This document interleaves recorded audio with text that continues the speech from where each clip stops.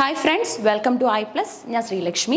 ഇന്നത്തെ ക്ലാസ്സിൽ നമ്മൾ ചെയ്യാനായിട്ട് പോകുന്നത് കേരള സെറ്റ് ഇംഗ്ലീഷിൻ്റെ സിലബസ് അനാലിസിസ് ആണ്. ഓക്കെ, അപ്പോൾ ഇവിടെ നമ്മൾ കൃത്യമായിട്ട് ഓരോ യൂണിറ്റുകളിൽ നിന്നും ചോദിച്ചിരിക്കുന്ന ക്വസ്റ്റ്യൻസിൻ്റെ ക്വാണ്ടിറ്റി ചെക്ക് ചെയ്യാനായിട്ട് പോവാണ്. അതേപോലെ തന്നെ എങ്ങനെ നമുക്ക് ഓരോ യൂണിറ്റുകൾ കവർ ചെയ്യാം എന്നും നമ്മൾ ഈ ഒരു ക്ലാസ്സിൽ പറയുന്നതായിരിക്കും. ഓക്കെ, അപ്പോൾ കേരള സെറ്റ് ഇംഗ്ലീഷിൻ്റെ സിലബസ് അനാലിസിസ് ആണ് ഇന്നത്തെ ക്ലാസ്സിൽ നമ്മൾ ചെയ്യുന്നത്. ഓക്കെ, അപ്പോൾ വളരെ സിഗ്നിഫിക്കൻ്റ് ആയിട്ടുള്ള ഒരു എക്സാമാണ് കേരള സെറ്റ് എക്സാം എന്ന് പറയുന്നത്, അല്ലേ? എസ്പെഷ്യലി ഇംഗ്ലീഷിൻ്റെ ഒരു പേപ്പർ എന്ന് പറയുന്നത്. കാരണം നമുക്കിപ്പം HSST പോസ്റ്റുകളൊക്കെ ഡ്രീം ചെയ്യുന്നവർക്കുള്ള, അത്തരം ഉദ്യോഗാർത്ഥികൾക്കുള്ള ഒരു ബേസിക് ഫസ്റ്റ് സ്റ്റേജ് ആണ് സെറ്റ് എക്സാം ക്രാക്ക് ചെയ്യുക എന്ന് പറയുന്നത്, അല്ലേ? സോ അതുകൊണ്ട് തന്നെ സിലബസും നമുക്ക് അത്രത്തോളം എക്സ്പാൻഡഡ് ആയിട്ട് തന്നെ കാണാൻ സാധിക്കും. എങ്കിൽ നെറ്റ് എക്സാമുമായിട്ട് കമ്പയർ ചെയ്യുമ്പം സെറ്റിൻ്റെ ഒരു പ്രത്യേകത എന്ന് പറയുന്നത് കൃത്യമായിട്ട് ഒരു യൂണിറ്റിൽ അല്ലെങ്കിൽ ഒരു മൊഡ്യൂളിൽ എന്തൊക്കെ നമ്മൾ പഠിച്ചിരിക്കണം എന്ന് പറഞ്ഞിട്ടുണ്ട്. ഫോർ എക്സാമ്പിൾ, ഇപ്പോൾ മൊഡ്യൂൾ 1 പോവുകയാണെങ്കിൽ കൃത്യമായിട്ട് മൊഡ്യൂൾ 1 എന്തൊക്കെ അറിഞ്ഞിരിക്കണം, അല്ലെങ്കിൽ ഏതൊക്കെ വർക്ക്സ് ആണ് ഇവിടെ സിഗ്നിഫിക്കൻ്റ് ആയിട്ടുള്ളത് എന്ന് മനസ്സിലാക്കിക്കൊണ്ട് തന്നെയാണ്, അല്ലെങ്കിൽ കൃത്യമായിട്ട് പറഞ്ഞുകൊണ്ട് തന്നെയാണ് നമ്മുടെ സിലബസ് തന്നിരിക്കുന്നത്. ഓക്കെ, അപ്പോൾ ഇവിടെ നോക്കി, യൂണിറ്റ് 1 ആയിട്ട് തന്നെ നമുക്കുള്ളത് ചോസേഴ്സ് ഏജ് ആണ്. ജെഫ്രി ചോസറിൻ്റെ ടൈം പീരീഡ് ആണ് ഈ ഒരു ഫുൾ യൂണിറ്റിൽ നമുക്ക് പഠിക്കാനായിട്ട് ഉള്ളത്. ഓക്കെ, സോ ഇതിൻ്റെ പ്രത്യേകത എന്ന് പറയുന്നത്, ഇപ്പോൾ ഏജ് വൈസ് ഇംഗ്ലീഷ് ലിറ്ററേച്ചർ എന്ന് നിങ്ങൾ കേട്ടിട്ടുണ്ടാവും. കാരണം PG ഒക്കെ കംപ്ലീറ്റ് ചെയ്ത് BEdും ഡിഗ്രിയും എടുത്തവരാണ് ഈ ഒരു സെറ്റ് എക്സാം എഴുതാനായിട്ട് പോകുന്നത്, അല്ലേ?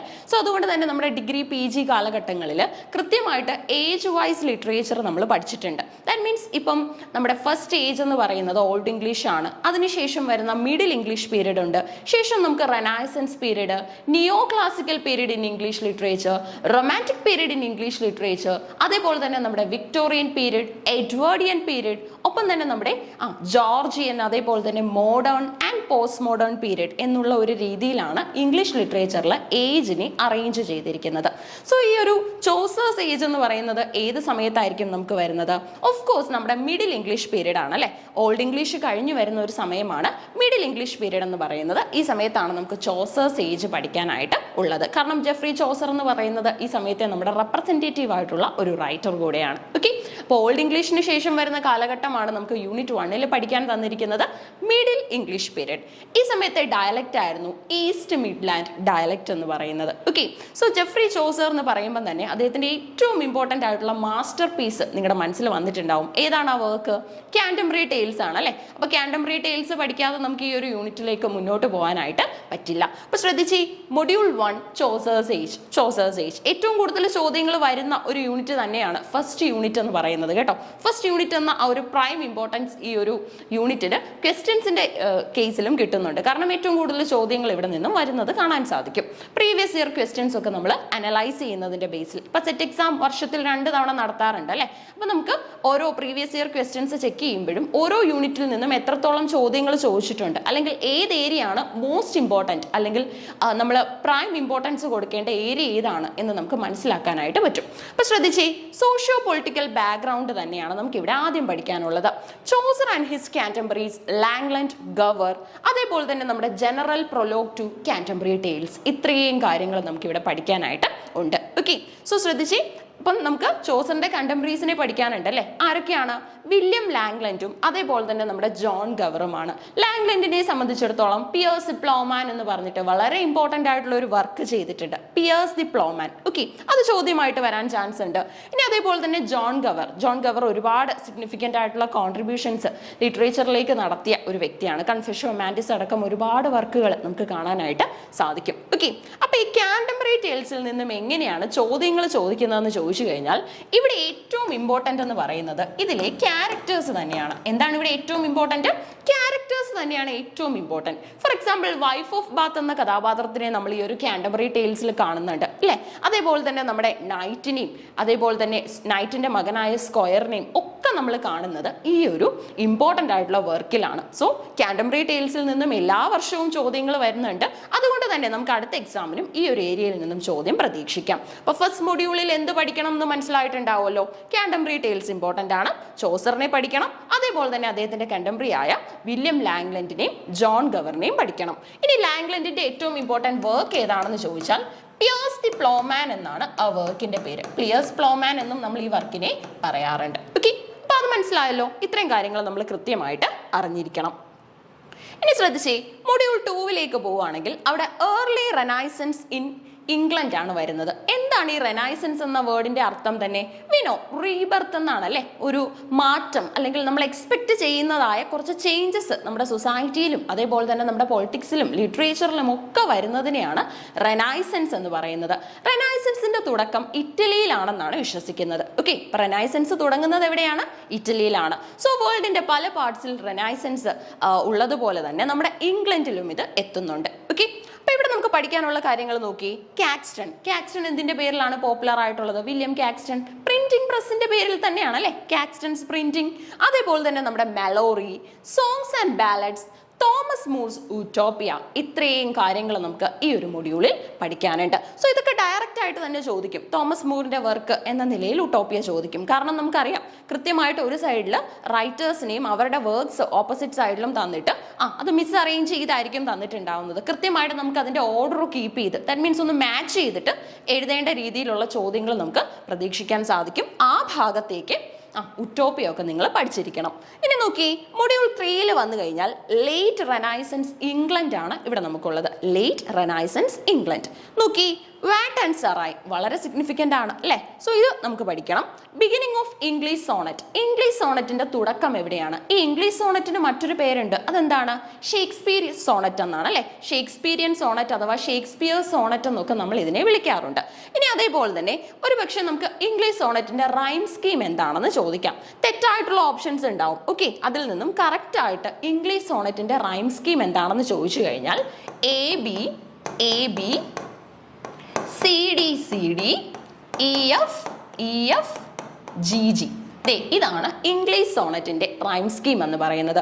ഒരു സോണറ്റ് എന്ന് പറഞ്ഞാൽ എത്ര ലൈൻസ് ഉണ്ടാവും? നിങ്ങൾക്കറിയാം 14 വരികൾ ഉണ്ടാവും അല്ലേ. സോ അത് നമ്മൾ കൃത്യമായിട്ട് മനസ്സിലാക്കി വെക്കണം. ഇനി അതേപോലെ തന്നെ സ്പെൻസറിന്റെ ഏറ്റവും ഇമ്പോർട്ടൻറ്റ് കോൺട്രിബ്യൂഷനായ പ്രോതലാമിയൻ നമ്മൾ അറിഞ്ഞിരിക്കണം. ഓക്കെ, പ്രോതലാമിയൻ. ഇനി അതേപോലെ തന്നെ സ്പെൻസറിന്റെ മാരേജിനെ കുറിച്ച് സ്പെൻസറിന്റെ ബ്രൈഡിന് വേണ്ടി എഴുതുന്ന ഒരു വർക്കാണ് എപ്പിത്തലാമിയൻ എന്ന് പറയുന്നത്. അപ്പൊ പ്രോതലാമിയൻ നമുക്ക് സിലബസിൽ പറഞ്ഞിട്ടുണ്ട്. ഒരു പക്ഷേ എപ്പിത്തലാമിയൻ ചോദിക്കാനും പോസിബിലിറ്റി ഉണ്ട്. അതുകൂടെ ഒന്ന് മനസ്സിലാക്കി വെച്ചിരിക്കാം. ഇനി അതേപോലെ തന്നെ സ്പെൻസേറിയൻ സോണറ്റുകൾ, അതായത് സ്പെൻസർ എഴുതുന്ന സോണറ്റുകളെയാണ് സ്പെൻസേറിയൻ സോണറ്റ് എന്ന് പറയുന്നത്. പിന്നീട് വന്ന ഒരുപാട് ഫോളോവേഴ്സ് ഇത് കോപ്പി ചെയ്യാനൊക്കെ ശ്രമിച്ചിട്ടുണ്ട്. സോ അതുകൂടെ ഒന്ന് നമ്മൾ മനസ്സിലാക്കി വെക്കണം. അപ്പൊ കൃത്യമായിട്ട് 3 മൊഡ്യൂളിൽ എന്ത് പഠിക്കണം എന്ന് മനസ്സിലായിട്ടുണ്ടാവുമല്ലോ. അപ്പോൾ ഫസ്റ്റ് മൊഡ്യൂളിനെ സംബന്ധിച്ചിടത്തോളം ജെഫ്രി ചോസർ ആണ് ഏറ്റവും ഇമ്പോർട്ടൻ്റ് ആണ്. കാൻറ്റർബറി ടെയിൽസ് എന്ന ബുക്ക് കൃത്യമായിട്ട് അറിഞ്ഞിരിക്കണം. അവിടെ നിന്നും ചോദിക്കുന്ന ചോദ്യം എന്താണെന്ന് ചോദിച്ചു കഴിഞ്ഞാൽ ക്യാരക്ടേഴ്സിൽ നിന്നാണ് എപ്പോഴും ചോദ്യങ്ങൾ വരാറുള്ളത്. ഇനി രണ്ടാമത്തെ മൊഡ്യൂളിൽ പോയി കഴിഞ്ഞാൽ അവിടെ നമുക്ക് കാക്സ്റ്റന്റെ ചോദ്യം പ്രതീക്ഷിക്കാം. അതേപോലെ തന്നെ നമ്മുടെ യൂട്ടോപ്പിയ പ്രീവിയസ് ഇയർ ക്വസ്റ്റ്യൻ ആണ്. ഓക്കെ, യൂട്ടോപ്പിയ ഒരു പ്രീവിയസ് ഇയർ ക്വസ്റ്റ്യൻ ആണെന്ന് മനസ്സിലാക്കുക. ഇനി വാറ്റ് ആൻഡ് സറൈ സിഗ്നിഫിക്കൻ്റ് ആണ്. എന്താണ് ഇംഗ്ലീഷ് സോണറ്റിന്റെ റൈം സ്കീം പ്രീവിയസ് ഇയർ ചോദിച്ചിട്ടുണ്ട്. 14 വരികളാണ് സോണറ്റിലുള്ളത്. അതിന്റെ റൈം സ്കീമും നമ്മൾ എഴുതിയിരുന്നു. അതുകൂടെ ഒന്ന് മനസ്സിലാക്കുക. നോക്കി, മൊഡ്യൂൾ 4 ആണ് അല്ലെ, beginning of English pros. So beginning ഒക്കെ പോയിട്രിയിലായിരുന്നു എന്ന് നിങ്ങൾക്ക് അറിയാം അല്ലെ. കാരണം ഇപ്പം നമ്മുടെ ഓൾഡ് ഇംഗ്ലീഷ് പീരീഡ് പഠിക്കാനില്ലെങ്കിൽ പോലും ആ സമയത്തുള്ള റൈറ്റേഴ്സ് വളരെ ഫ്യൂ ആയിരുന്നു. കാഡ്മോനും സൈനി വുൾഫും ഒക്കെ ആയിരുന്നു ഈ സമയത്തെ റൈറ്റേഴ്സ് എന്ന് പറയുന്നത്. ഇവർ മാത്രമേ ഉള്ളായിരുന്നു. സോ ഇവരൊന്നും അത്തരം പ്രിന്റിംഗ് ഒന്നും ചെയ്തിരുന്നില്ല. ദാറ്റ് മീൻസ് അവരുടെ വർക്ക്സ് എഴുതുകയാണെങ്കിൽ തന്നെ അനോണിമസ് ആയിട്ട് അത് എഴുതും. അവരുടെ പേരൊന്നും വെക്കില്ല, അനോണിമസ് ആയിട്ട് എഴുതിയിട്ട് അത് ലീവ് ചെയ്യുന്ന ഒരു രീതിയായിരുന്നു ഓൾഡ് ഇംഗ്ലീഷ് പീരീഡിൽ ഉണ്ടായിരുന്നത്. ഓക്കെ, സോ ഇപ്പം നമുക്ക് മൊഡ്യൂൾ 4 ആയപ്പോഴത്തേക്ക് പ്രോസ്, ഇംഗ്ലീഷ് പ്രോസ്, അതായത് നമ്മുടെ എസ്സേസും അതേപോലെ തന്നെ ബാക്കിയുള്ള ലിറ്ററി വർക്ക്സും ഒക്കെ ഇതിലാണ് വരുന്നത്. സിഡ്നിയുടെ എപ്പോളജി ഫോർ പോയട്രി ആണ് ഏറ്റവും ഇമ്പോർട്ടൻറ്റ്. ബേക്കൺ ഹോബ്സിൻ്റെ അതേപോലെ തന്നെ നമ്മുടെ തോമസ് ബ്രൗണിൻ്റെയും യൂണിവേഴ്സിറ്റി വിറ്റ്സിൻ്റെയും ഒക്കെ കോൺസെപ്റ്റുകൾ ഇവിടെ നമുക്ക് പഠിക്കാനായിട്ട് വരുന്നുണ്ട്. നോക്കി, സിഡ്നിയുടെ എപ്പോളജി ഫോർ പോയട്രി ഓക്കെ സിഗ്നിഫിക്കൻ്റ് ആണ്. സ്റ്റീഫൻ ഗോസന്റെ സ്കൂൾ ഓഫ് അബ്യൂസിന് എഗെയിൻസ്റ്റ് ആയിട്ടുള്ള ഒരു റിപ്ലൈ ആണ് ഇതെന്ന് കൂടെ മനസ്സിലാക്കി വെക്കുക. ഓക്കെ, ഉറപ്പായിട്ടും ചോദ്യം നമുക്ക് വരും സിഡ്നി. ഓക്കെ, ഇനി നോക്കി, ബേക്കൺ ഹോബ്സ് സിഗ്നിഫിക്കൻ്റ് ആണ്. തോമസ് ബ്രൗണിനെ നമുക്ക് എക്സ്പെക്ട് ചെയ്യാം. പിന്നെ പ്രീവിയസ് ഇയർ എന്ന് പറയുന്നത് ഇവിടെ യൂണിവേഴ്സിറ്റി വിറ്റ്സ് തന്നെയാണ്. ഓക്കെ, യൂണിവേഴ്സിറ്റി വിറ്റ്സിന്റെ ഭാഗമായിട്ടുള്ള റൈറ്റേഴ്സ് ആരൊക്കെയാണ് എന്ന് നമുക്ക് ചോദ്യമായിട്ട് പ്രതീക്ഷിക്കാം. അതേപോലെ തന്നെ ഇതിനകത്തിൽ പെടാത്ത റൈറ്റർ ഏതാണ്? Which among the following writer is not a university wit അല്ലെങ്കിൽ is not from the category of university wit എന്നും ചോദിച്ചിട്ടുണ്ട്. അതുകൂടെ നമ്മൾ മനസ്സിലാക്കി വെക്കണം. ഇനി ശ്രദ്ധിച്ചേ, മൊഡ്യൂൾ 5 വരികയാണെങ്കിൽ അവിടെ റൈസ് ഓഫ് ഇംഗ്ലീഷ് ഡ്രാമയാണുള്ളത്. Mystery and miracle plays, morality plays, interludes, അതേപോലെ തന്നെ നമ്മുടെ ഗോർബോഡക്, റാൽഫ് റോയ്സ്റ്റർ ഡോയ്സ്റ്റർ, ഇത്തരം വർക്ക്സ് ഒക്കെ വരുന്നത് ഇവിടെയാണ്. ശ്രദ്ധിച്ചേ, മിസ്റ്ററി ആൻഡ് മിറാക്കിൾ പ്ലേസ്, അതായത് ഈ ആദ്യ കാലഘട്ടങ്ങളിലൊന്നും നമുക്ക് ഇത്തരം പ്ലേസ് ഒന്നും സ്റ്റേ ചെയ്യാനായിട്ട് പ്ലാറ്റ്ഫോംസ് ഒന്നും ഇല്ലായിരുന്നു. ആ സമയത്ത് ചേർച്ചുമായിട്ട് അസോസിയേറ്റ് ചെയ്തിട്ടുള്ള പ്ലേസസിലൊക്കെ ആയിരുന്നു, ഹാൾസിലൊക്കെ ആയിരുന്നു ഇത് ഇവർ പ്ലേ ചെയ്യുന്നത്. So mystery and miracle plays, morality play ഒക്കെ വളരെ സിഗ്നിഫിക്കൻ്റ് ആണ്. മൊറാലിറ്റി പ്ലേക്കുള്ള ഒരു ഉദാഹരണമാണ് എവറി മാൻ എന്ന് പറയുന്നത്. പ്രീവിയസ് ഇയർ ക്വസ്റ്റ്യൻ ആണ്. മൊറാലിറ്റി പ്ലേ ആണ് എവറി മാൻ. എവറി മാൻ എന്ന വർക്കിനെ നിങ്ങൾ ഏത് കാറ്റഗറിയിലാണ് ഇൻക്ലൂഡ് ചെയ്യുന്നതെന്ന് ചോദിച്ചാൽ മൊറാലിറ്റി പ്ലേ ആണ്. ഓക്കെ, ഇനി നോക്കി, ഗോർബോഡക് ഉണ്ട്, അതേപോലെ തന്നെ റാൽഫ് റോയ്സ്റ്റർ ഡോയ്സ്റ്റർ ഉണ്ട്. ഇതിൻ്റെ ഒക്കെ ഒരു basic idea, that means summary പോലെ നമ്മളൊന്ന് അറിഞ്ഞിരിക്കണം. കൃത്യമായിട്ട് ഇപ്പോൾ സിലബസ് അനാലിസിസിലൂടെയുള്ള ക്ലാസ്സുകളിൽ ഇതൊക്കെ പഠിപ്പിച്ചാണ് പോകുന്നത്. ഇനി ശ്രദ്ധിച്ചേ, ഇന്റർലൂഡ് എന്ന് പറഞ്ഞു കഴിഞ്ഞാൽ ഇപ്പം നമ്മൾ ടി വി ഒക്കെ കാണുന്ന സമയത്ത് നമുക്ക് അതിൻ്റെ ഇടയിൽ അഡ്വർടൈസ്മെന്റ്സ് വരാറുണ്ട് അല്ലേ? അത് തന്നെയാണ് ഇന്റർലൂഡ് എന്ന് പറഞ്ഞു കഴിഞ്ഞാൽ. അതായത് ഇപ്പം മിസ്റ്ററി, മിറാക്കിൾ, മൊറാലിറ്റി പ്ലേ ഒക്കെ നടക്കുന്നതിൻ്റെ ഇടയിൽ അതിൽ അഭിനയിക്കുന്ന ആക്ടേഴ്സിന് ഒരു ചെറിയ ബ്രേക്ക് കൊടുത്തുകൊണ്ട് വേറൊരു വിഭാഗം ആക്ടേഴ്സ് വന്നിട്ട് ചെറിയൊരു ഡ്രാമയാവില്ല, മിക്ക കേസസിലും അതൊരു ഡാൻസ് പെർഫോമൻസോ സോങ്ങോ വല്ലതും ആയിരിക്കും. അത് പ്രസന്റ് ചെയ്തതിന് ശേഷം അവർ സ്റ്റേജിൽ നിന്നും ലീവ് ചെയ്യും. ഇതാണ് ഇന്റർലൂഡ് എന്ന് പറയുന്നത്. ഓക്കെ, അപ്പൊ ഇതും നമുക്ക് ചോദ്യമായിട്ടൊക്കെ വന്നിട്ടുണ്ട്. ഓക്കെ, ഇനി നോക്കി, മൊഡ്യൂൾ 6 വന്നു കഴിഞ്ഞാൽ അവിടെ റിവെഞ്ച് ട്രാജഡി ഉണ്ട്. Thomas Kyd, Marlowe, Doctor Faustus, blank verse, Webster, അതേപോലെ തന്നെ നമ്മുടെ ജോൺ വെബ്സ്റ്റർ ആണ്, അതേപോലെ തന്നെ Ben Jonson, comedy of humours, ഇതൊക്കെയാണ് ഈ മൊഡ്യൂളിൽ വന്നിട്ടുള്ളത്. ഇവിടുത്തെ പ്രീവിയസ് ഇയർ ക്വസ്റ്റ്യൻ പറഞ്ഞു കഴിഞ്ഞാൽ ബെൻ ജോൺസണിൽ നിന്നാണ് ചോദ്യങ്ങൾ വന്നിട്ടുള്ളത്. Every man in his humour, every man out of his humour എന്നൊക്കെ പറയുന്നത് ബെൻ ജോൺസന്റെ വർക്കുകളാണ്. അത് ചോദിച്ചിട്ടുണ്ട്. ഓക്കെ, അങ്ങനെ നമുക്ക് മൊഡ്യൂൾ 6 മനസ്സിലാക്കാൻ പറ്റി. ഇനി മൊഡ്യൂൾ 7 വന്നു കഴിഞ്ഞാൽ എന്താണ്? എലിസബത്തിയൻ തിയേറ്റർ ആണ് അല്ലെ? എലിസബത്തിയൻ തിയേറ്ററിന്റെ പ്രത്യേകതകൾ എന്തൊക്കെയാണ്? Golden age in English literature എന്ന് നമ്മൾ വിശേഷിപ്പിക്കുന്നത് എലിസബത്തിയൻ ടൈം പീരീഡിനെയാണ്. അതേപോലെ തന്നെ ക്യൂൻ എലിസബത്തിന്റെ, അതായത് ക്യൂൻ എലിസബത്ത് ഫസ്റ്റിന്റെ ടൈം പീരീഡിനെ നെസ്റ്റ് ഓഫ് സിംഗിങ് ബേർഡ്സ് എന്നും വിശേഷിപ്പിക്കാറുണ്ട്. എന്തുകൊണ്ടാണ് നെസ്റ്റ് ഓഫ് സിംഗിങ് ബേർഡ്സ് എന്ന് വിശേഷിപ്പിക്കുന്നത്? ഏറ്റവും കൂടുതൽ ഡ്രമാറ്റിസ്റ്റുകൾക്കും പോയറ്റ്സിനും ഒക്കെ ഫ്ലറിഷ് ചെയ്യാൻ പറ്റിയ ഒരു സമയം എന്ന് പറയുന്നത് എലിസബത്തിയൻ ടൈം പീരീഡ് ആണ്. ഓക്കെ, അപ്പോൾ ഓരോ മൊഡ്യൂളും പറഞ്ഞു പോകുന്നതിന്റെ ഒരു പ്രാധാന്യം മനസ്സിലായില്ലേ? എന്താണ് അവിടെ നിന്നും പഠിച്ചിട്ട് പോകേണ്ടതെന്ന് മനസ്സിലാക്കാൻ പറ്റും. സ്റ്റേജിനെ കുറിച്ച് നമുക്ക് പഠിക്കാനുണ്ട്. ദാറ്റ് മീൻസ് എലിസബത്തിയൻ തിയേറ്ററിലെ സ്റ്റേജ്, ഓഡിയൻസ്, പാട്രണേജ്, ആരൊക്കെയായിരുന്നു പാട്രണേജ് അല്ലെങ്കിൽ പാട്രൺസ് ആയിട്ട് നിന്നിരുന്നത്, തിയേറ്റേഴ്സ് ഇൻ ലണ്ടൻ ഏതൊക്കെയാണ്, അതിന്റെ പേരുകൾ അടക്കമാണ് നമ്മൾ പഠിച്ചു പോകുന്നത്. ഇനി അതേപോലെ തന്നെ സ്റ്റേജ് കൺവെൻഷൻസും സോളിലോക്കി, അസൈഡ്, മാസ്ക് അടക്കമുള്ള കാര്യങ്ങളെക്കുറിച്ച് നമുക്ക് ഇവിടെ പഠിക്കാനായിട്ട് വരുന്നുണ്ട്. മാസ്ക് എന്ന് പറഞ്ഞു കഴിഞ്ഞാൽ അതിനെ ഒരു ഡ്രമാറ്റിക് പെർഫോമൻസ് ആയിട്ടാണ് കൺസിഡർ ചെയ്യുന്നത്. ഓക്കെ, ഇനി നോക്കി, മൊഡ്യൂളിൽ 8 വന്നു കഴിഞ്ഞാൽ അവിടെ നമുക്ക് ഷേക്സ്പിയറിനെ കുറിച്ചാണ് പഠിക്കാനുള്ളത്. കോമഡീസ് എഴുതിയിട്ടുണ്ട്, ട്രാജഡീസ് എഴുതിയിട്ടുണ്ട്, ഹിസ്റ്ററീസ് എഴുതിയിട്ടുണ്ട്, പ്രോബ്ലം പ്ലേസും സോഴ്സസും ഒക്കെ നമുക്ക് പഠിക്കാനായിട്ട് വരുന്നുണ്ട്. ഇവിടുത്തെ പ്രീവിയസ് ഇയർ ക്വസ്റ്റ്യൻ എന്താണെന്ന് ചോദിച്ചു കഴിഞ്ഞാൽ, ഷേക്സ്പിയറിന്റെ കാലഘട്ടത്തിൽ ഏറ്റവും സിഗ്നിഫിക്കൻ്റ് ആയിട്ട് 2 ഫോളിയോസ് ഉണ്ടെന്ന് നിങ്ങൾക്ക് അറിയാമല്ലോ.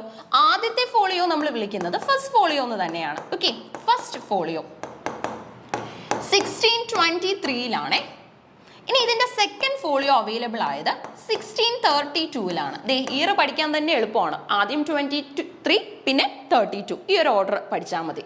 അപ്പോൾ 1564 മുതൽ 1660 വരെയാണല്ലോ നമ്മുടെ ഷേക്സ്പിയറിന്റെ ടൈം പീരീഡ് എന്ന് പറയുന്നത്. സോ അദ്ദേഹത്തിന്റെ ടൈം പീരീഡിൽ പബ്ലിഷ് ചെയ്യാതെ പോയ വർക്ക്സ് ഒക്കെയാണ് ഈ ഫസ്റ്റ് ആൻഡ് സെക്കൻഡ് ഫോളിയോകളിലായിട്ട് ഇൻക്ലൂഡ് ചെയ്തിരിക്കുന്നത്. ഹെമിഞ്ചും കോണ്ടലും ഒക്കെ അദ്ദേഹത്തിന്റെ ടൈം പീരീഡിലുള്ള കോ ആക്ടേഴ്സ് ആയിരുന്നു. അവരാണ് ഇത് പബ്ലിഷ് ചെയ്യാനായിട്ടുള്ള ഇനിഷ്യേറ്റീവ്സ് ഒക്കെ തന്നെ ആദ്യം എടുക്കുന്നത്. ഓക്കെ, അപ്പൊ ഇനി ഷേക്സ്പിയർ എത്ര സോണറ്റുകൾ എഴുതിയിട്ടുണ്ടെന്ന് ചോദിച്ചു കഴിഞ്ഞാൽ 154 സോണറ്റുകളാണ്. 154 സോണറ്റ്സ് ആണ് ഷേക്സ്പിയർ എഴുതിയിട്ടുള്ളത്. അതും പ്രീവിയസ് ഇയർ ക്വസ്റ്റ്യൻ ആണ്. ഇനി നോക്കി, ലാംഗ്വേജ് ആണ് നമുക്ക് പഠിക്കാനുള്ളത്. ഫോളിയോ, അതായത് 2 ഫോളിയോസ് ഉണ്ട് ഏറ്റവും സിഗ്നിഫിക്കൻ്റ് ആയിട്ട്. ഇനി അതിന് പുറമെ കോട്ടോ ഉണ്ട്. കോട്ടോ മീൻസ് അത് ആ ഒരു പേപ്പർ നമ്മൾ ഫോൾഡ് ചെയ്ത് എഴുതുന്ന ഒരു രീതിയാണ്. അതാണ് ഫോളിയോയും കോട്ടോയും തമ്മിലുള്ള വ്യത്യാസം. ഇനി ഷേക്സ്പിയറിയൻ സോണറ്റുകൾ എത്രണ്ണം ഉണ്ട്, അതൊക്കെ ആർക്ക് വേണ്ടിയാണ് ഡെഡിക്കേറ്റ് ചെയ്തിരിക്കുന്നത്? ഡാർക്ക് ലേഡിക്കും തൻ്റെ ഫ്രണ്ടായ WHനും വേണ്ടിയാണ് ഷേക്സ്പിയറിന്റെ എല്ലാ സോണറ്റുകളും ഡെഡിക്കേറ്റ് ചെയ്തിരിക്കുന്നത്. ഓക്കെ, സോ അതൊക്കെ നമ്മളൊന്ന് മനസ്സിലാക്കി പോകണം. അടുത്തതായിട്ട് നമുക്ക് മൊഡ്യൂൾ 10 ആണ് പഠിക്കാനുള്ളത്. മെറ്റാഫിസിക്കൽ പോയട്രി ആണ് ഇവിടെ ഉള്ളത്. മെറ്റാഫിസിക്കൽ പോയട്രിയുടെ ഫൗണ്ടർ ആരാണ്? ജോൺ ഡൺ ആണ് അല്ലേ? സോ അവിടെ മുതൽ നമുക്ക് പഠിക്കാനുണ്ട്. ഡണ്ണിനെ കുറിച്ച് പഠിക്കണം. ദ കാനോണൈസേഷൻ എന്ന് പറയുന്ന പോം പഠിക്കാനുണ്ട്. ഹെർബർട്ട് വോഗം മാർവൽ, അതേപോലെ തന്നെ മെറ്റാഫിസിക്കൽ കൺസൈറ്റ്, ഇത്രയും കാര്യങ്ങൾ ഇവിടെയാണ് നമുക്ക് പഠിക്കാനായിട്ട് വരുന്നത്. മെറ്റാഫിസിക്കൽ കൺസൈറ്റിനുള്ള ഒരു ഉദാഹരണം പറഞ്ഞു കഴിഞ്ഞാൽ ഡണ്ണിന്റെ തന്നെ വാലഡിക്ഷൻ ഫോർബിഡിങ് മോർണിംഗ് എന്ന് പറയുന്ന പോം എടുത്തു കഴിഞ്ഞാൽ അവിടെ 2 ലവേഴ്സിനെ ഒരു കോമ്പസ് ആയിട്ട് കമ്പയർ ചെയ്യുന്നുണ്ട്. ദാറ്റ് മീൻസ് ഇപ്പോൾ കോമ്പസ് നമ്മൾ എങ്ങനെയാണ് റൊട്ടേറ്റ് ചെയ്യുന്നത്?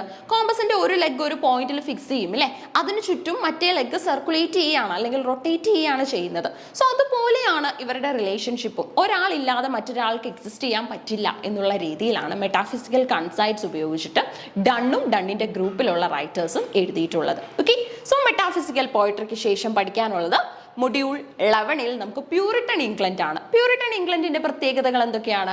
പ്യൂരിറ്റൻ ഇംഗ്ലണ്ട് എന്ന് പറയുമ്പോൾ ഏറ്റവും കൂടുതൽ റെസ്ട്രിക്ഷൻസ് ഇംഗ്ലണ്ടിൽ ഉണ്ടായ ഒരു സമയം എന്ന് പറയുന്നത് ഈ ഒരു പീരീഡ് ആണ് അല്ലേ. തിയേറ്റേഴ്സ് ഒക്കെ ക്ലോസ് ചെയ്യുന്നുണ്ട്, അതേപോലെ തന്നെ എല്ലാ തരത്തിലുള്ള എന്റർടൈൻമെന്റ്സിനും റെസ്ട്രിക്ഷൻസ് വെക്കുന്നുണ്ട്.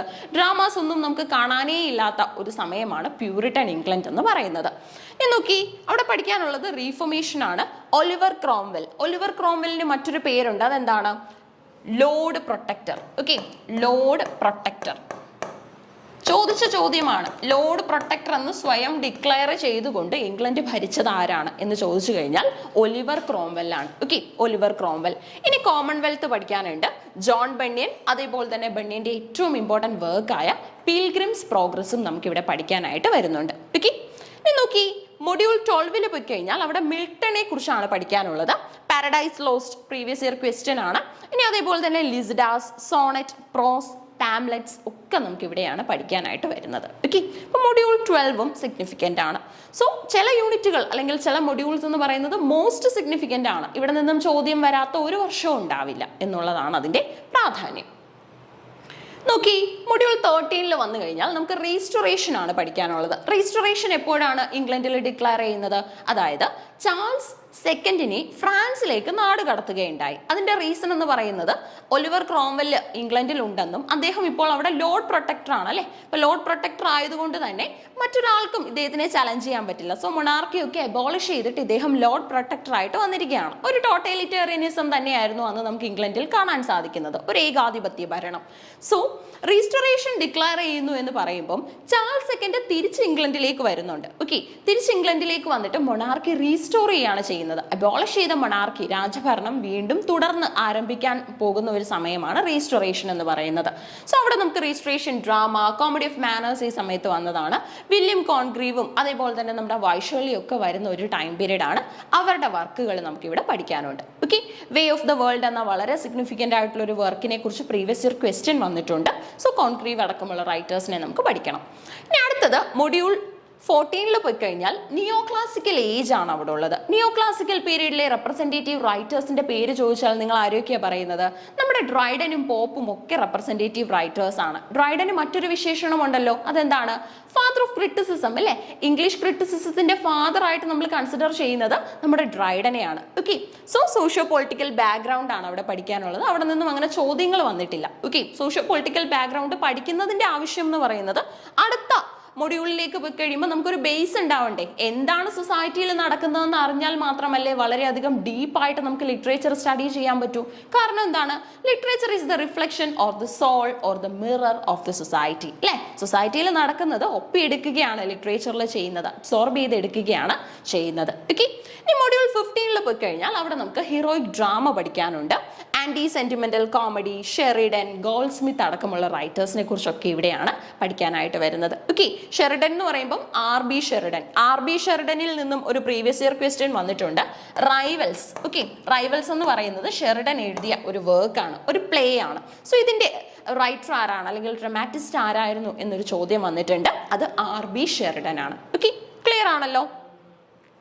സോ ഈ ആൻറ്റി സെന്റിമെന്റൽ കോമഡി എന്ന് പറയുന്നത് നമ്മുടെ സെന്റിമെന്റൽ കോമഡിക്ക് എഗെയിൻസ്റ്റ് ആയിട്ട് വന്നതാണ്, അല്ലെങ്കിൽ സെന്റിമെന്റൽ കോമഡിക്ക് ഒരു റിയാക്ഷൻ ആയിട്ട് വന്നതാണ് ആൻറ്റി സെന്റിമെന്റൽ കോമഡി. സോ ക്ലാസ്സിൽ നമ്മൾ ആദ്യം സെന്റിമെന്റൽ കോമഡി എന്താണെന്നൊന്ന് ഡീപ്പായിട്ട് പറഞ്ഞതിന് ശേഷമാണ് ആൻറ്റി സെന്റിമെന്റൽ കോമഡി പഠിപ്പിച്ചിരിക്കുന്നത്. ഓക്കെ, സോ അടുത്തതായിട്ട് നമുക്ക് മൊഡ്യൂൾ 16ൽ പോപ്പുലർ പ്രോസ് റൈറ്റിംഗ്സ് വരുന്നുണ്ട് അല്ലേ. ഡയറീസ് ഉണ്ട്, Samuel Pepys periodical essay, for example Addison Steele, അതേപോലെ തന്നെ Tatler, Spectator, coffee houses and clubs ഒക്കെ ഇവിടെ പഠിക്കാനുണ്ട്. ഓക്കെ, ഇവിടെ നിന്ന് ഒറ്റ കാര്യം പഠിച്ചു വെച്ചാൽ മതി, അത് നമ്മുടെ എന്താണ് അഡീസണും സ്റ്റീലും തന്നെയാണ്. അതേപോലെ തന്നെ സാമുവൽ പെപ്പിസ് ഏറ്റവും സിഗ്നിഫിക്കൻ്റ് ആയിട്ടുള്ള ഒരു ഡയറിസ്റ്റ് ആണ്. ഇംഗ്ലീഷ് ലിറ്ററേച്ചറിൽ ഡയറിസ്റ്റുകൾ കുറവാണ്, ആ കൂട്ടത്തിൽ ഏറ്റവും ഇമ്പോർട്ടൻ്റ് ആയിട്ടുള്ള ഒരാൾ തന്നെയാണ് നമ്മുടെ സാമുവൽ പെപ്പിസ് എന്ന് പറയുന്നത്. ഇപ്പം നമ്മുടെ ഗ്രേറ്റ് ഫയർ ഓഫ് ലണ്ടനെ കുറിച്ചോ അല്ലെങ്കിൽ അവിടെ ഉണ്ടായിട്ടുള്ള പ്ലേഗിനെ കുറിച്ചോ ഒക്കെയുള്ള വിശദമായ വിശകലനങ്ങൾ ആവശ്യമുള്ള റീഡേഴ്സിന്, സ്റ്റുഡൻസിന് ഉറപ്പായിട്ടും നമ്മുടെ സാമുവൽ പെപ്പിസിന്റെ ഡയറി വായിച്ചു കഴിഞ്ഞാൽ അതിന്റെ ഡീറ്റെയിൽസ് കിട്ടും. അടുത്തത് മൊഡ്യൂൾ 17 ആണ് വരുന്നത്. ഡ്രൈഡൻ ആൻഡ് പോപ്പിനെ കുറിച്ച് നമുക്ക് ഇവിടെ പഠിക്കാനുണ്ട്. Mock heroic and mock epics ഒക്കെ ഇവിടെ പഠിക്കാനുണ്ട്. മാക് ഫ്ലെക്നോ ആണ് ഈ കൂട്ടത്തിൽ സിഗ്നിഫിക്കൻ്റ് ആയിട്ടുള്ള ഒരു പോം എന്ന് പറയുന്നത്. മാക് ഫ്ലെക്നോ ആരുടെ പോമാണ്? ഡ്രൈഡൻ എഴുതിയ പോമാണ്. ഈ മാക് ഫ്ലെക്നോ എന്ന് പറയുന്ന പോമിൽ ഇദ്ദേഹം ആരെയാണ് ക്രിട്ടിസൈസ് ചെയ്യാനായിട്ട് ശ്രമിക്കുന്നത് എന്ന് ചോദിച്ചിട്ടുണ്ട്. അത് തോമസ് ഷാഡ്വെലിനെയാണ്. ഓക്കെ, തോമസ് ഷാഡ്വെൽ എന്ന ഒരു മൈനർ റൈറ്ററിനെ ക്രിട്ടിസൈസ് ചെയ്യാൻ വേണ്ടിയാണ് മാക് ഫ്ലെക്നോ എന്ന് പറയുന്ന പോം ഇദ്ദേഹം എഴുതിയിരിക്കുന്നത്. ഇനി മൊഡ്യൂൾ 18 ചെന്ന് കഴിഞ്ഞാൽ അവിടെ നമുക്ക് ഡോക്ടർ ജോൺസൺ ആണ് പഠിക്കാനുള്ളത്. അതേപോലെ തന്നെ അവിടെ സ്വിഫ്റ്റിനെയും ബെർക്കിനെയും ജോൺ ലോക്കിനെയും ഒക്കെ കുറിച്ച് പഠിക്കാനുണ്ട്. ജോൺ ലോക്കിന്റെ അണ്ടർസ്റ്റാൻഡിങ് തിയറീസിനെ കുറിച്ചൊക്കെയുള്ള ചോദ്യങ്ങൾ വന്നിട്ടുണ്ട്. അതേപോലെ തന്നെ ബ്ലാങ്ക് സ്ലേറ്റ് തിയറിയും സിഗ്നിഫിക്കൻ്റ് ആണ്. ഓക്കെ, ഇനി നോക്കി നമുക്ക് മൊഡ്യൂൾ 19 പോയി കഴിഞ്ഞാൽ റൈസ് ഓഫ് ദി നോവൽ അവിടെ പഠിക്കാനുണ്ട്. Daniel Defoe, Samuel Richardson, epistolary novel, അതേപോലെ തന്നെ നമ്മുടെ Smollett, Fielding, picaresque novel, Sterne ഒക്കെയാണ് ഈ ഒരു മൊഡ്യൂളിൽ നമുക്ക് പഠിക്കാനായിട്ടുള്ളത്. ഇവിടെ നിന്നും പ്രീവിയസ് ഇയർ ചോദിച്ചിട്ടുള്ളത് പമേല എന്ന വർക്കാണ്. പമേല ആരുടെ വർക്കാണ്? സാമുവൽ റിച്ചാർഡ്സന്റെ വർക്കാണ് അല്ലെ. പമേലയും ക്ലാരിസയും ചോദിച്ചിട്ടുണ്ട് കേട്ടോ. രണ്ടും നമ്മുടെ സാമുവൽ റിച്ചാർഡ്സൺ എഴുതിയിട്ടുള്ള വർക്ക്സ് ആണ്. ഇതിനെ ഏത് കാറ്റഗറിയിൽ ഇൻക്ലൂഡ് ചെയ്യാൻ സാധിക്കുമെന്ന് ചോദിച്ചു കഴിഞ്ഞാൽ എപ്പിസ്റ്റോളറി ആണ്. എപ്പിസ്റ്റോളറി എന്ന് പറയുമ്പോൾ എന്താണ്? ലെറ്റർ ഫോം ഓഫ് നറേഷൻ ആണ് അവിടെ വരുന്നത്. ഒരു ക്യാരക്ടർ മറ്റൊരു ക്യാരക്ടറിന് അയക്കുന്ന ലെറ്റർ ആയിട്ടാണ് റീഡേഴ്സ് ഈ ഒരു നോവല് വായിക്കുന്നത്. ഓക്കെ, ഇനി നോക്കി നമുക്ക് മൊഡ്യൂൾ 20 പോയി കഴിഞ്ഞാൽ ട്രാൻസിഷൻ പോയിട്രി ആണ് പഠിക്കാനുള്ളത്. തോമസ് ഗ്രേയുടെ ഏറ്റവും ഇമ്പോർട്ടൻറ്റ് വർക്കായ an elegy written in a country churchyard ഇവിടെ പഠിക്കാനുണ്ട്. കോളിൻസ് എന്ന റൈറ്ററിനെയും കൗപ്പറിനെയും അതേപോലെ തന്നെ നമ്മുടെ ബേൺസിനെയും ബ്ലേക്കിനെയും ഒക്കെ പഠിക്കാനായിട്ടുള്ള ഒരു യൂണിറ്റ് കൂടെയാണിത്. ഓക്കെ, സോ നോക്കി ഗ്രേയുടെ ഏറ്റവും സിഗ്നിഫിക്കൻ്റ് ആയിട്ടുള്ള പോമാണ് an elegy written in a country churchyard. ഈ ഒരു വർക്കിൽ നമ്മുടെ ഗ്രേ കൃത്യമായിട്ട് പറയുന്നുണ്ട് എന്താണ്, അതായത് ഈ ശരിക്കുമുള്ള ഐസൊലേഷൻ എന്ന് പറയുന്നത് എന്താണോ. തനിക്ക് ഒരു പരിചയമില്ലാത്ത ഒരു കൂട്ടം ആൾക്കാർ മരിച്ച ഒരു ഗ്രേവ് യാർഡിലാണ് നമ്മുടെ ഗ്രേ ഇരിക്കുന്നത്, സ്പീക്കർ ഇരിക്കുന്നത്. ആ സമയത്ത് ഇദ്ദേഹം ആലോചിക്കുകയാണ് ഒരിക്കൽ താനും മരിക്കും, തൻ്റെ ഗ്രേവ് യാർഡിൽ ഇതേപോലെ ഒരു അപരിചിതൻ വന്നിരിക്കും എന്നൊക്കെയുള്ള ഡീപ്പ് നറേഷനാണ് ഇവിടെ നമുക്ക് കാണാൻ സാധിക്കുന്നത്. അപ്പോൾ കൃത്യമായിട്ട് എന്താണ് യൂണിറ്റ് 1 എന്ന് മനസ്സിലായിട്ടുണ്ടല്ലോ. സോ ഏറ്റവും കൂടുതൽ ഇവിടെ പഠിക്കാനായിട്ടുള്ളത് നമ്മുടെ ചൗസറിനെ കുറിച്ചാണ്. സോ അദ്ദേഹം മിഡിൽ ഇംഗ്ലീഷ് പീരീഡിൽ വരുന്ന റൈറ്ററാണ്. അതിനുശേഷം നിയോ ക്ലാസിക്കൽ പീരീഡും അതിനു മുൻപുണ്ടായിരുന്ന റെനൈസൻസിന്റെ ഭാഗമായ എലിസബത്തിനും ഒക്കെ നമുക്കിവിടെ പഠിക്കാനായിട്ട് വരുന്നുണ്ട്. ഇത്രയും കാര്യങ്ങൾ അറിയാമെങ്കിൽ കൃത്യമായിട്ട് നമുക്ക് യൂണിറ്റ് 1 എല്ലാ മാർക്കും സ്കോർ ചെയ്യാനായിട്ട് സാധിക്കും. ഒത്തിരി മാർക്സ് നമുക്ക് വരുന്ന ഒരു യൂണിറ്റ് തന്നെയാണ് യൂണിറ്റ് 1 എന്ന് പറയുന്നത്. കാരണം റൈറ്റേഴ്സ് ഏറ്റവും കൂടുതൽ വരുന്ന ഒരു യൂണിറ്റ് ആണ് എന്നുള്ളത് തന്നെയാണ് പ്രത്യേകത. ഫോർ എക്സാമ്പിൾ ഇപ്പോൾ സാമുവൽ റിച്ചാർഡ്സൺ ഒക്കെ സ്ഥിരം ചോദ്യമാണ്. എല്ലാ വർഷവും നമുക്ക് കൃത്യമായിട്ട് ഇപ്പം ക്ലാരിസയോ പമേലയോ ഒക്കെ മാറി മാറി ചോദ്യത്തിലുണ്ടാവും. ഓക്കെ, സോ ക്ലാരിസയും പമേലയും ഒക്കെ കൃത്യമായിട്ട് പഠിച്ചു വെക്കണം. എപ്പിസ്റ്റോളറി വർക്ക്സ് ആണ്. അടുത്തതായിട്ട് നമ്മൾ യൂണിറ്റ് 2 നോക്കാനായിട്ട് പോവാണ്, ഒന്ന് അനലൈസ് ചെയ്യാനായിട്ട് പോവാണ്. ഇവിടെ നിന്ന് എന്തൊക്കെ ചോദ്യങ്ങൾ വന്നിട്ടുണ്ട്, എത്രത്തോളം മാർക്ക് നമുക്ക് ഇവിടെ നിന്നും എക്സ്പെക്ട് ചെയ്യാം, ഇതൊക്കെ ഒന്ന് നോക്കണ്ടേ. 120 മാർക്കിൽ എത്ര മാർക്ക് നമുക്ക് ഈ ഓരോ യൂണിറ്റുകളിൽ നിന്നും വരും. ഇപ്പം നമുക്ക് ഈവൻ ആയിട്ട് ഡിവൈഡ് ചെയ്യാൻ പറ്റില്ല. ചില സമയങ്ങളിൽ ചില യൂണിറ്റുകളിൽ നിന്നും മാർക്ക് കൂടുതലായിരിക്കും, അല്ലെങ്കിൽ കൂടുതൽ ക്വസ്റ്റ്യൻസ് അവിടെ നിന്നും വന്നിട്ടുണ്ടാവും. സോ ഇപ്പോൾ നമുക്ക് യൂണിറ്റ് 1 നിന്ന് തന്നെയാണ് ഏറ്റവും കൂടുതൽ പ്രീവിയസ് ഇയർ ക്വസ്റ്റ്യൻസ് നിങ്ങൾക്ക് റെഫർ ചെയ്താൽ കാണാൻ സാധിക്കുന്നത്. മുൻകാലത്തിലെ ഒരു 2-3 വർഷത്തെ ചോദ്യപേപ്പർ എടുത്തു കഴിഞ്ഞാൽ ഏറ്റവും കൂടുതൽ ക്വസ്റ്റ്യൻസ് അവിടെ നിന്നും വന്നിട്ടുണ്ട്. യൂണിറ്റ് 2 ഒന്ന് നോക്കി. ഇവിടെ നമുക്ക് പഠിക്കാനുള്ളത് റൊമാൻറ്റിസിസം ആണ്. റൊമാൻറ്റിസിസത്തിന്റെ ബിഗിനിങ് ആണ്, അതാണ് മൊഡ്യൂൾ 1 കൊടുത്തിരിക്കുന്നത്. യൂണിറ്റ് 2 മൊഡ്യൂൾ 1 നോക്കി. പേഴ്സിയുടെ റെലസ്ക് നമുക്ക് അവിടെ പഠിക്കാനുണ്ട്. ഫ്രഞ്ച് റെവല്യൂഷനെ കുറിച്ച് പഠിക്കാനുണ്ട്. Okay, French revolution 1798. അതേപോലെ തന്നെ നമ്മുടെ return to nature, return to nature നമുക്ക് പഠിക്കാനുണ്ട്. സബ്ജക്റ്റിവിറ്റി, ലാംഗ്വേജ് ഒക്കെ ഇവിടെയാണ് നമുക്ക് പഠിക്കാനായിട്ട് വരുന്നത്. ഓക്കെ, ഏറ്റവും സിഗ്നിഫിക്കൻ്റ് ആയിട്ടുള്ള ഒരു യൂണിറ്റ് ആയിട്ട് തന്നെ നമുക്ക് ഇതിനെ കൺസിഡർ ചെയ്യാനായിട്ട് സാധിക്കും. 1798 വന്ന നമ്മുടെ ഏറ്റവും ഇമ്പോർട്ടൻ്റ് ആയിട്ടുള്ള വർക്ക് എന്ന് പറയുന്നത് ഏതാണ്? നമ്മുടെ ലിറിക്കൽ ബാലറ്റ്സ് ആണ് അല്ലേ. ലിറിക്കൽ ബാലറ്റ്സിന്റെ പബ്ലിക്കേഷനിലൊക്കെ ഒരുപാട് സിഗ്നിഫിക്കൻസ് ഈ റൊമാൻറ്റിസിസത്തിന് വന്നിട്ടുണ്ട്. അല്ലെങ്കിൽ റൊമാൻറ്റിസിസത്തിന്റെ ഒരു മാനിഫെസ്റ്റോ ആയിട്ട് തന്നെ നമുക്ക് കൺസിഡർ ചെയ്യാനായിട്ട് ഈ ഒരു വർക്കിനെ സാധിക്കും. മാർക്സിസത്തിന്റെ മാനിഫെസ്റ്റോ ആയിട്ട് നമ്മൾ ദാസ് ക്യാപിറ്റലിനെയും കമ്മ്യൂണിസ്റ്റ് മാനിഫെസ്റ്റോയെയും ഒക്കെ കരുതാറില്ലേ, അതുപോലെ തന്നെ റൊമാൻറ്റിസിസത്തിന്റെ മാനിഫെസ്റ്റോ ആയിട്ട് ലിറിക്കൽ ബാലറ്റ്സിനെ നമുക്ക് കരുതാനായിട്ട് സാധിക്കും. ലിറിക്കൽ ബാലറ്റ്സ് കോൺട്രിബ്യൂട്ട് ചെയ്തത് 2 റൈറ്റേഴ്സ് ആണ്, വേൾഡ്സ്വർത്തും കോളറിഡ്ജും. ഓക്കെ, സോ നമുക്കിവിടെ സബ്ജക്റ്റിവിറ്റിയെ കുറിച്ച് പഠിക്കാനുണ്ട്. ഈ റൊമാൻറ്റിക്സിനെ സംബന്ധിച്ചിടത്തോളം അവർക്ക് ഒറ്റ മോട്ടോയേ ഉള്ളായിരുന്നു, അത് റിട്ടേൺ ടു നേച്ചർ എന്നുള്ളതായിരുന്നു. പ്രകൃതിയിലേക്ക് മടങ്ങി വന്നിട്ട് അവിടെ നിന്നും എല്ലാത്തിനുമുള്ള സോഴ്സും ഇൻസ്പിറേഷനും കണ്ടെത്തുക എന്നാണ് അവർ പറയുന്നത്. ഇവിടെ നമുക്ക് module 2 prefaces to lyrical ballots പഠിക്കാനാണ്. ഇതിന്റെ ഫസ്റ്റ് പ്രിഫൈസ് നമുക്ക് അവൈലബിൾ ആയത് 1800 ഓക്കെ, പലതവണ റിവൈസ് ചെയ്തിട്ടുണ്ട്. ആദ്യത്തേതാണ് 1800 വരുന്നത്. 1798 നമ്മുടെ ലിറിക്കൽ ബാലറ്റ്സ് പബ്ലിഷ് ചെയ്യുന്നു. അതിന്റെ മാനിഫെസ്റ്റോ 1800 വരുന്നത്. 1800 ഇതിന്റെ മാനിഫെസ്റ്റോ എഴുതുന്നത് അല്ലെങ്കിൽ ഇതിന്റെ ഒരു പ്രിഫൈസ് എഴുതുന്നത് നമ്മുടെ വേൾഡ്സ്വർത്ത് ആണ്. ഓക്കെ, വേൾഡ്സ്വർത്ത്.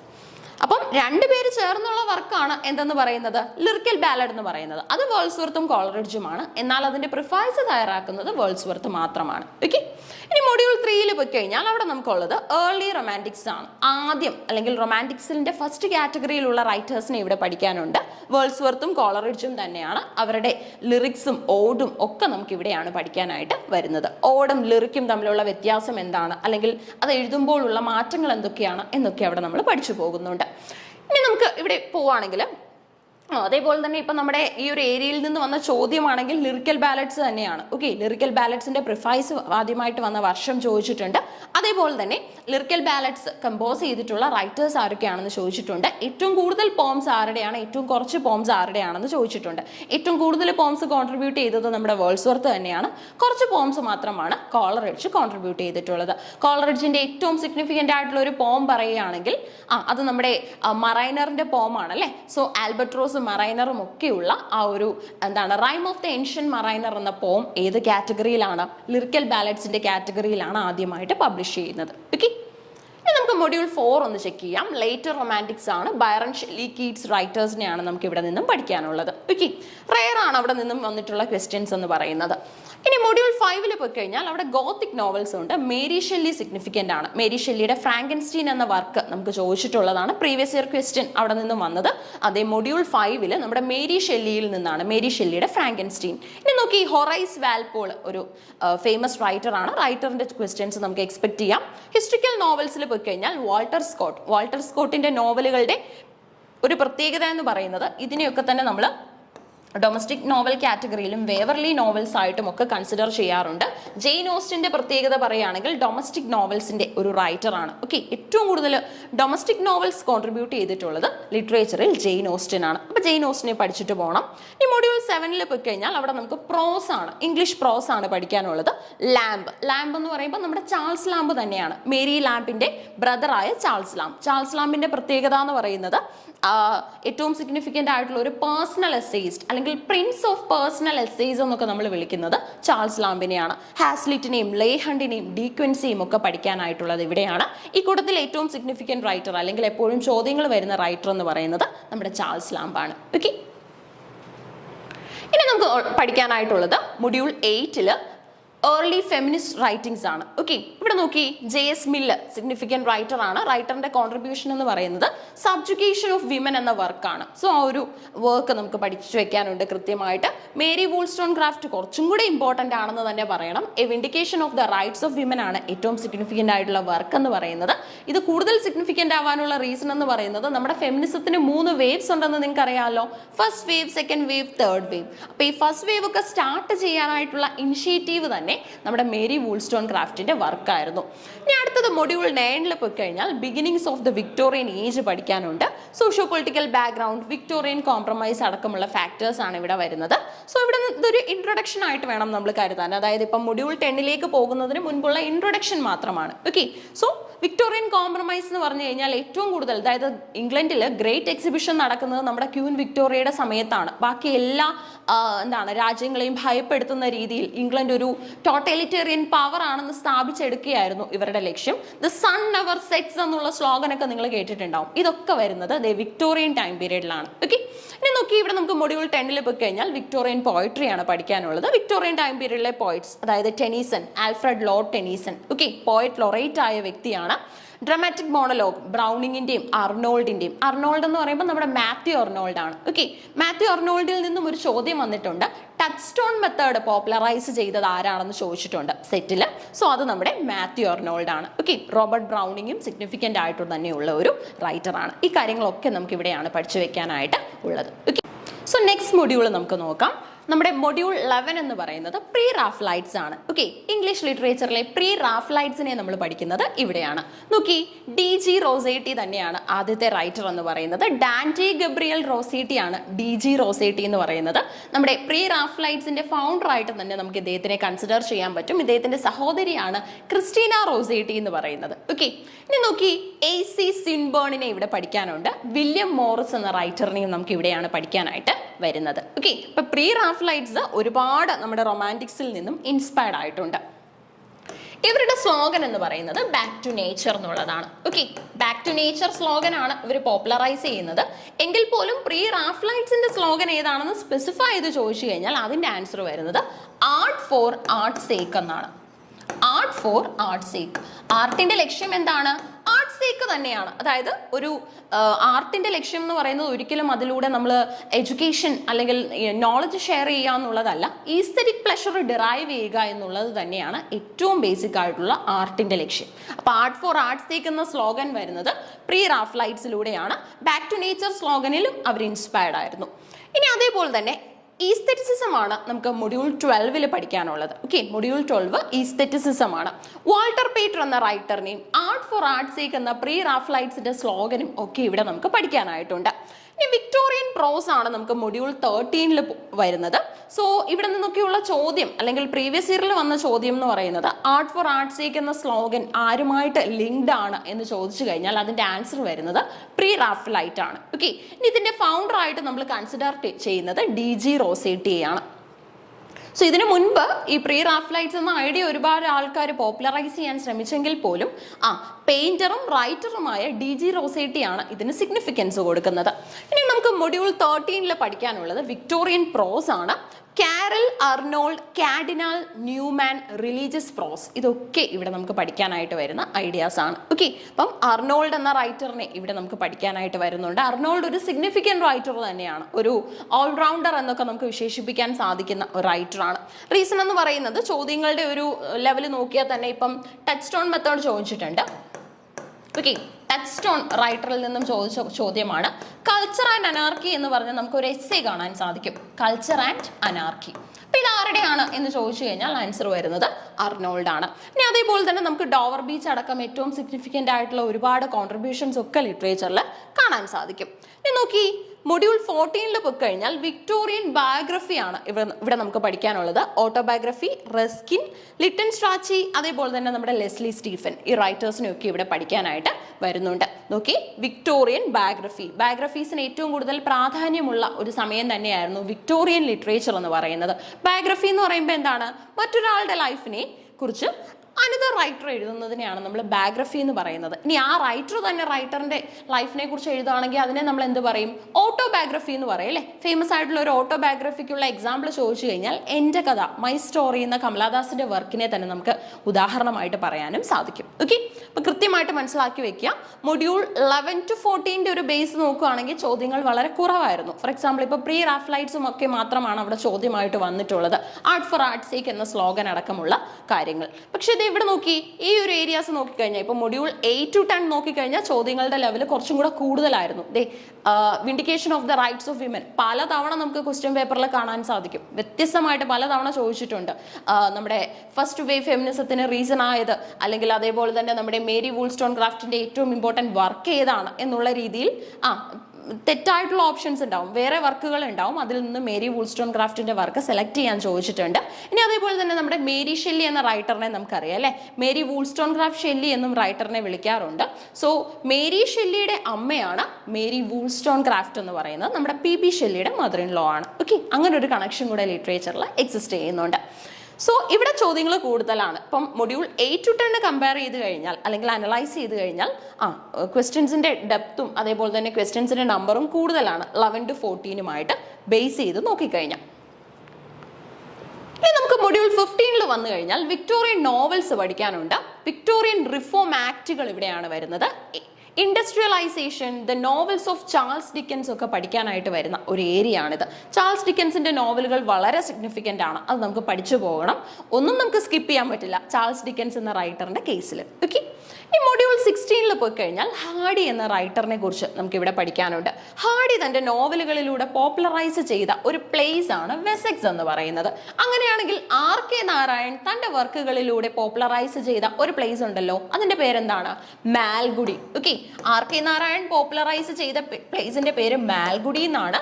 നമ്മുടെ തോമസ് ഹാഡി പോപ്പുലറൈസ് ചെയ്ത പ്ലേസിന്റെ പേര് വെസെക്സ് എന്നാണ്. അതുകൊണ്ട് തന്നെ ഹാഡിയുടെ നോവലുകളെ കളക്റ്റീവായിട്ട് നമ്മൾ വെസെക്സ് നോവൽസ് എന്ന് വിളിക്കാറുണ്ട്. കാരണം ഇതിന്റെയൊക്കെ സെറ്റിംഗ് എവിടെയാണ്? വെസെക്സ് തന്നെയാണ്. ഓക്കെ, അതാണ് റീസൺ. അപ്പൊ വെസെക്സ് നോവൽസ് ആരുടെയാണെന്ന് ചോദിച്ചു കഴിഞ്ഞാൽ ഹാഡിയുടെയാണ്. ഒരു കളക്ഷൻ ഓഫ് നോവൽസ് തന്നെ ഇവിടെ പഠിക്കാനുണ്ട്, അതൊക്കെ ഇവിടെയാണ് നമ്മൾ ചെക്ക് ചെയ്ത് പോകേണ്ടത്. ഇനി മൊഡ്യൂൾ 17 പോയി കഴിഞ്ഞാൽ വിക്ടോറിയൻ വിമൻ നോവലിസ്റ്റുകളെ കുറിച്ച് പഠിക്കാനുണ്ട്. ആദ്യ സമയങ്ങളിൽ അറിയാമല്ലോ, നമുക്ക് സ്ത്രീകൾക്കൊന്നും എഴുതാനായിട്ട് സാധിക്കില്ലായിരുന്നു. അവരുടെ ലൈഫ് എന്ന് പറയുന്നത് ആ ഒരു 4 walls-നുള്ളിലാണ് എന്നായിരുന്നു പാട്രിയാർക്കൽ സൊസൈറ്റി ഡിമാൻഡ് ചെയ്യുന്നത്. What you mean by patriarchal society? Male dominated ആയിട്ടുള്ള സൊസൈറ്റി ആയിരുന്നു നമ്മൾ പാട്രിയാർക്കൽ സൊസൈറ്റി എന്ന് വിളിക്കുന്നത്. ഓക്കെ, സോ വിക്ടോറിയൻ വിമൻ നോവലിസ്റ്റുകളെ കുറിച്ച് പഠിക്കാനുണ്ട്. സോ ഏറ്റവും ഒരു വലിയ പ്രത്യേകത എന്ന് പറയുന്നത് നമ്മൾ എസ്സേ എഴുതുകയോ അല്ലെങ്കിൽ നമ്മൾ ആൻസേഴ്സ് ഇൻഡെപ്തിൽ എഴുതി പോവുകയൊന്നും അല്ല ചെയ്യുന്നത്. നമ്മൾ MCQ ആയതുകൊണ്ട് തന്നെ അല്ലെങ്കിൽ ഇപ്പം ഓപ്ഷനിൽ നിന്നും സെലക്ട് ചെയ്യുക ആയതുകൊണ്ട് തന്നെ അത്രത്തോളം കരുതൽ നമുക്ക് ഉണ്ടായിരിക്കണം. ഓരോ റൈറ്ററിൽ നിന്നും ഇതല്ല അതാണ് ആൻസർ എന്ന് തോന്നുന്ന രീതിയിൽ, തെറ്റിദ്ധരിപ്പിക്കുന്ന രീതിയിൽ തന്നെ ഓപ്ഷൻസ് അവിടെ ഉണ്ടാവും. അപ്പൊ കൃത്യമായിട്ട് പഠിച്ചു തന്നെ പോകണം. ഇനി അതേപോലെ തന്നെ വർക്ക്സിന്റെ ഒക്കെ ഫസ്റ്റ് നെയിം പഠിച്ചു വെച്ചാൽ നിങ്ങൾക്ക് ഉപകാരപ്പെടും. കാരണം ഓപ്ഷനിൽ കാണുന്ന സമയത്ത് പെട്ടെന്ന് തന്നെ ക്ലിക്ക് ആവുകയും നിങ്ങൾക്ക് ആൻസർ ചെയ്യാനും ഒക്കെ അത് സഹായിക്കും. ഓക്കെ, അപ്പൊ 2 ഗുണമാണുള്ളത്. ഒന്നെന്ന് പറയുന്നത് നമുക്ക് ഓപ്ഷൻ കാണുമ്പോൾ തന്നെ ഇതാണ് എന്ന് മനസ്സിലാക്കാനായിട്ട് സാധിക്കും. ഇനി അതേപോലെ തന്നെ ഇപ്പം നമുക്ക് ഫസ്റ്റ് നെയിം ഒക്കെയാണ് വർക്കിന്റെ പഠിച്ചു വെച്ചിരിക്കുന്നതെങ്കിൽ പോലും ഓപ്ഷനിൽ കാണുമ്പോൾ നിങ്ങൾക്ക് റെക്കഗ്നൈസ് ചെയ്യാൻ പറ്റും. ഇനി അതേപോലെ തന്നെ ഒരു ദോഷവശം എന്ന് പറയുന്നത് ഇതല്ല അതാണ് ആൻസർ എന്ന് തെറ്റിദ്ധരിക്കപ്പെടാനും നിങ്ങൾക്ക് സാധ്യതയുണ്ട്. അപ്പം കൃത്യമായിട്ട് പഠിച്ചു കഴിഞ്ഞാൽ ഈ ഡീമെറിറ്റിനെ കൂടെ നമുക്ക് മെറിറ്റ് ആക്കി മാറ്റാനായിട്ട് സാധിക്കും. അപ്പൊ നോക്കി, ബ്രോണ്ടെ സിസ്റ്റേഴ്സിനെ കുറിച്ച് പഠിക്കാനുണ്ട്. ഷാർലറ്റ് ബ്രോണ്ടെ എന്ന റൈറ്ററിനെ ഒക്കെ നിങ്ങൾ കേട്ടിട്ടുണ്ടാവും. എമിലി ബ്രോണ്ടെ, ഷാർലറ്റ് ബ്രോണ്ടെ, അതേപോലെ തന്നെ നമ്മുടെ എലിസബത്ത് ബ്രോണ്ടെ, ആൻ ബ്രോണ്ടെ, ഈ 4 ബ്രോണ്ടെ സിസ്റ്റേഴ്സിനെ കുറിച്ച് ഇവിടെ പഠിക്കാനുണ്ട്. ജോർജ് എലീറ്റ് എന്ന് പറയുന്നത് ഒരു മെയിൽ റൈറ്റർ അല്ല, ഒരു ഫീമെയിൽ റൈറ്ററാണ്. നമ്മുടെ മേരി ആൻ ഇവാൻസ് എന്ന് പറയുന്ന റൈറ്ററിന്റെ പെൻ നെയിമാണ് ജോർജ് എലീറ്റ് എന്ന് പറയുന്നത്. TS എലീറ്റ് എന്ന റൈറ്റർ മറ്റൊരാളുണ്ട്. മോഡേൺ ടൈം പീരീഡിലെ മോഡേൺ റൈറ്റർ കം ക്രിട്ടിക് ആണ് TS എലീറ്റ്. ഇത് ജോർജ് എലീറ്റ്. അപ്പൊ ജോർജ് എലീറ്റ് എന്ന് പറയുന്നത് ഒരു പെൻ നെയിം മാത്രമാണ്. ഇനി അതേപോലെ തന്നെ നമ്മൾ ചാൾസ് ലാംബിനെ കുറിച്ച് ഇതിനു മുൻപ് ചെക്ക് ചെയ്തിട്ടുണ്ടായിരുന്നു അല്ലെ. ചാൾസ് ലാംബ് യൂസ് ചെയ്ത ഒരു പെൻ നെയിമാണ് ഏലിയ എന്ന് പറയുന്നത്. എസ്സേസ് എഴുതാനായിട്ടായിരുന്നു ഈ പേര് ചൂസ് ചെയ്തത്. ഇനി അതേപോലെ തന്നെ ജോർജ് എലീറ്റ് എന്ന് പറയുന്നത് പെൻ നെയിമാണ്. ഇതൊരു ഫീമെയിൽ റൈറ്റർ ആണ്. റൈറ്ററിന്റെ പേര് മേരി ആൻ ഇവാൻസ് എന്നാണ്. Okay, Mary an Evans. So realistic novels ഒക്കെ പോപ്പുലറൈസ് ചെയ്തിട്ടുണ്ട്. അതിന്റെ പ്രത്യേകത നമുക്ക് പഠിക്കണം. അപ്പൊ വിക്ടോറിയൻ ടൈം പീരീഡിലായിരുന്നു റിയലിസ്റ്റിക് നോവൽസ് എന്നൊന്ന് ഓർത്തോളുക. ഇനി അതേപോലെ തന്നെ ടാക്കറെ, വില്യം മാക്പീസ് ടാക്കറെ കുറിച്ച് പഠിക്കാനുണ്ട്. ജോർജ് മെറിഡിത്തും RL സ്റ്റീവൻസണും ഒക്കെ എക്വിപ്ഡ് ആയിട്ടുള്ള ഒരു മൊഡ്യൂൾ എന്ന് പറയുന്നത് മൊഡ്യൂൾ 17 ആണ്. അപ്പം മൊഡ്യൂൾ 17 സിഗ്നിഫിക്കൻ്റ് ആണ്. അപ്പം 15, 16, 17 സ്കിപ്പ് ചെയ്യാൻ പാടില്ല, ചോദ്യങ്ങൾ വന്നിട്ടുണ്ട്. ഇനി നോക്കി, മൊഡ്യൂൾ 18 പോയി കഴിഞ്ഞാൽ വിക്ടോറിയൻ ഡ്രാമയാണ് അവിടെ നമുക്ക് വരുന്നത്. Comedy of manners, Oscar wild, discussion place, show, ഇതൊക്കെയാണ് ഇവിടെ വരുന്നത്. GB ഷോയുടെ ഒരുപാട് വർക്ക്സ് ഉണ്ട്. ആംസ് ആൻഡ് ദി മാൻ എന്ന വർക്ക് ഒക്കെ നമുക്ക് പഠിക്കാനായിട്ട് ഇവിടെ സാധിക്കും. ഓസ്കാർ വൈൽഡിന്റെ ആയാലും സിഗ്നിഫിക്കൻ്റ് ആയിട്ടുള്ള കോൺട്രിബ്യൂഷൻസ് നമുക്ക് ലിറ്ററേച്ചറിൽ ഉണ്ടായിട്ടുണ്ട്. അപ്പോൾ comedy of manners, Oscar Wilde, അതേപോലെ തന്നെ നമ്മുടെ ഡിസ്കഷൻ പ്ലേയുടെ സിഗ്നിഫിക്കൻ്റ് കോൺട്രിബ്യൂട്ടറായ GB ഷോ. മൊഡ്യൂൾ 19 വന്നു കഴിഞ്ഞാൽ ട്രാൻസിഷൻ ആണ് ഇവിടെ നമുക്ക് പഠിക്കുന്നത്. ട്രാൻസിഷൻ എന്ന് പറയുമ്പോൾ എന്താണ്? You can expect change. Hopkins, inscape, instress, sprung rhythm, അതേപോലെ തന്നെ വിൻഡ് ഹോവർ. വിൻഡ് ഹോവർ എന്ന് പറയുന്നത് ഫേമസ് ആയിട്ടുള്ള ഒരു പോമാണ്. ഈ വിൻഡ് ഹോവർ എന്ന പോം നമുക്ക് ഇവിടെ പഠിക്കാനുണ്ട്. സ്പ്രങ് റിതം പോപ്പുലറൈസ് ചെയ്തത് ഹോപ്കിൻസ് ആണ്. സ്പ്രങ് റിതം പോപ്പുലറൈസ് ചെയ്തത് ആരാണ്? ഹോപ്കിൻസ് ആണ്. ചോദിക്കും, ഉറപ്പായിട്ടും അങ്ങനെയും നമുക്ക് ചോദ്യം പ്രതീക്ഷിക്കാം. സ്പ്രങ് റിതം പോപ്പുലറൈസ് ചെയ്ത പോയിറ്റ് ഈ കൂട്ടത്തിൽ ആരാണ് എന്ന് ചോദിച്ചു കഴിഞ്ഞാൽ ഹോപ്കിൻസ് ആണ്. ഓക്കെ, മൊഡ്യൂൾ 20 നിങ്ങൾക്ക് പഠിക്കാനുള്ളത് Victorian age and colonial enterprise ആണ്. മെക്കോളി മിനിറ്റ്സിന്റെ പ്രാധാന്യം നമുക്കറിയാം അല്ലെ. മെക്കോളി മിനിറ്റ്സ് എങ്ങനെയൊക്കെയാണ് നമ്മുടെ ഇംഗ്ലീഷ് എഡ്യൂക്കേഷൻ ഇന്ത്യയിൽ കൊണ്ടുവരാനായിട്ടുള്ള വഴികൾ തിരിച്ചത് എന്ന് നമുക്ക് പഠിക്കണം. അർണോൾഡിന്റെ കൾച്ചർ ആൻഡ് അനാർക്കി എന്ന് പറയുന്നത് ഒരു എസ്സേ ആണ്. ആ എസ്സേ നമുക്ക് ഡീപ്പായിട്ട് പഠിക്കാനുണ്ട്. റോഡിയാർഡ് കിപ്ലിംഗ് എന്ന റൈറ്ററിനെ കുറിച്ചും ഇവിടെയാണ് പഠിക്കാനായിട്ട് വരുന്നത്. അപ്പൊ കൃത്യമായിട്ട് മനസ്സിലായല്ലോ എന്താണ് യൂണിറ്റ് 2 പഠിച്ചിട്ട് പോകേണ്ടതെന്ന്. സോ ഇത്രയും കാര്യങ്ങളൊന്ന് മനസ്സിലാക്കി വെക്കാം. അപ്പൊ നിങ്ങൾ ഇപ്പം പേനയും ബുക്കും ഒക്കെ ആയിട്ടാണ് ഇരിക്കുന്നതെങ്കിൽ ഉറപ്പായിട്ടും ആ പ്രീവിയസ് ഇയർ ക്വസ്റ്റ്യൻ വന്ന ഏരിയ ഒന്ന് മനസ്സിലാക്കിയേക്കുക. ഇന്ന ഏരിയയിൽ നിന്നും ഇതാണ് ചോദ്യം വന്നത്. ഇപ്പൊ സ്പ്രങ് റിതമാണെങ്കിൽ പ്രീവിയസ് ഇയർ ക്വസ്റ്റ്യൻ ആണ് ഹോപ്കിൻസിന്റെ. സോ കൃത്യമായിട്ട് അങ്ങനെ ഒന്ന് പഠിച്ചു വെച്ച് കഴിഞ്ഞാൽ അത്രയും ചോദ്യങ്ങളും കൂടെ നമ്മളിലേക്ക് എത്തും. അല്ലെങ്കിൽ നിങ്ങൾക്ക് ചെയ്യാൻ പറ്റുന്നത് PYQ ഡിസ്കഷൻ വീഡിയോസ് കാണുക, അല്ലെങ്കിൽ PYQs വർക്ക്ഔട്ട് ചെയ്ത് നോക്കുക. ഇതൊക്കെ വളരെ നല്ല വഴികളാണ്. അതേപോലെ തന്നെ ഇങ്ങനെയൊക്കെയുള്ള ക്ലാസ്സുകളിൽ നിന്നും കിട്ടുന്ന previous year questions note down ചെയ്തുകൂടെ പോവുക. അപ്പോൾ ഈ ചോദ്യം വീണ്ടും ആവർത്തിച്ചിട്ടുണ്ടെങ്കിൽ മോസ്റ്റ് സിഗ്നിഫിക്കൻ്റ് എന്ന കാറ്റഗറിയിലേക്ക് നിങ്ങൾക്ക് അതിനെ ഇൻക്ലൂഡ് ചെയ്യാനായിട്ട് പറ്റും. ഓക്കെ, സോ ഇനി നമുക്ക് യൂണിറ്റ് 3 ആണ് പഠിക്കാനുള്ളത്. 20th century and contemporary British literature ആണ് ഇവിടെ വരുന്നത്. 20th century and contemporary British literature, ഈ ഒരു കാലഘട്ടത്തിലുള്ള ലിറ്ററേച്ചർ ഒക്കെ നമുക്ക് ഇവിടെ വരുന്നുണ്ട്. എഡ്വേർഡിയൻ പീരീഡ് ആണ് ഇവിടെ പഠിക്കാനുള്ളത്. എഡ്വേർഡിയൻ പീരീഡ് എന്ന് പറയുന്നത് ഏജ് വൈസ് ലിറ്ററേച്ചറിൽ എപ്പോൾ വരുമെന്ന് ചോദിച്ചാൽ ഓൾഡ് ഇംഗ്ലീഷ് കഴിഞ്ഞാൽ വരുന്നത് മിഡിൽ ഇംഗ്ലീഷ് ആണ്. ഓക്കെ, ഈ മിഡിൽ ഇംഗ്ലീഷിന് ശേഷം വരുന്നത് റെനൈസൻസ് ആണ്. റെനൈസൻസ് അറിയാത്തവർ അല്ലെങ്കിൽ മറന്നു പോയിട്ടുള്ളവരൊന്ന് നോട്ട് ചെയ്ത് പൊക്കോളൂ, ഉറപ്പായിട്ട് ഉപകാരപ്പെടും ഏജ് വൈസ് ലിറ്ററേച്ചർ അറിഞ്ഞിരിക്കുന്നത്. റെനൈസൻസിന് ശേഷം നിയോ ക്ലാസിക്കൽ എന്ന പീരീഡ് ആണ് വരുന്നത്. നിയോ എന്ന് പറഞ്ഞാൽ തന്നെ ന്യൂ എന്നാണ് മീനിങ്. ഇതിന് ശേഷമാണ് നമ്മളിപ്പോൾ ചെക്ക്ഔട്ട് ചെയ്ത് പോയ റൊമാൻറ്റിക് വരുന്നത്. Okay, romantic.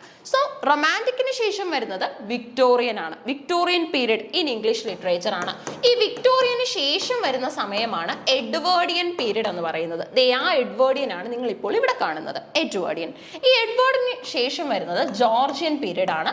ജോർജിയന് ശേഷം മോഡേൺ എന്നും അതേപോലെ തന്നെ പോസ്റ്റ് മോഡേൺ എന്നും ഒക്കെ നിങ്ങൾക്ക് ലിറ്ററേച്ചറിനെ കാറ്റഗറൈസ് ചെയ്യാനായിട്ട് സാധിക്കും. അങ്ങനെ 10 ഏജുകളാണുള്ളത്. ഈ 10ന് മുകളിൽ ആൾക്കാർ ഏജിനെ ഡിവൈഡ് ചെയ്ത് പഠിക്കുന്നതും കാണാൻ സാധിക്കും. കാരണം റെനൈസൻസിനെയൊക്കെ പല കാറ്റഗറിയിൽ കൊണ്ടുവരാൻ പറ്റും. ഇപ്പോൾ കാരോളിൻ പീരീഡ് എന്നും എലിസബത്തിൻ പീരീഡ് എന്നും ഒക്കെ അതിനെ ഡിവൈഡ് ചെയ്തും പഠിക്കാൻ സാധിക്കും. സോ ഏറ്റവും ബേസിക് ആയിട്ട് ഇതേ പഠിച്ചു പോകുന്നത് അല്ലെങ്കിൽ ഞാൻ ഇപ്പോൾ ക്ലാസ്സുകളിലൊക്കെ എടുക്കുന്നത് ഇങ്ങനെ 10 ഏജുകളായിട്ടാണ്. വളരെ സിഗ്നിഫിക്കൻ്റ് ആയിട്ട് ഓരോ ഏജിലും എന്താണ് സംഭവിച്ചതെന്നുള്ള ക്രമത്തിൽ. ഓക്കെ, അപ്പോൾ എഡ്വേർഡിയൻ പീരീഡ് എന്ന് പറയുന്നത് എഡ്വേർഡ് 7th സമയമാണ്. എഡ്വേർഡ് 7 ക്വീൻ വിക്ടോറിയയുടെ മകനായിരുന്നു.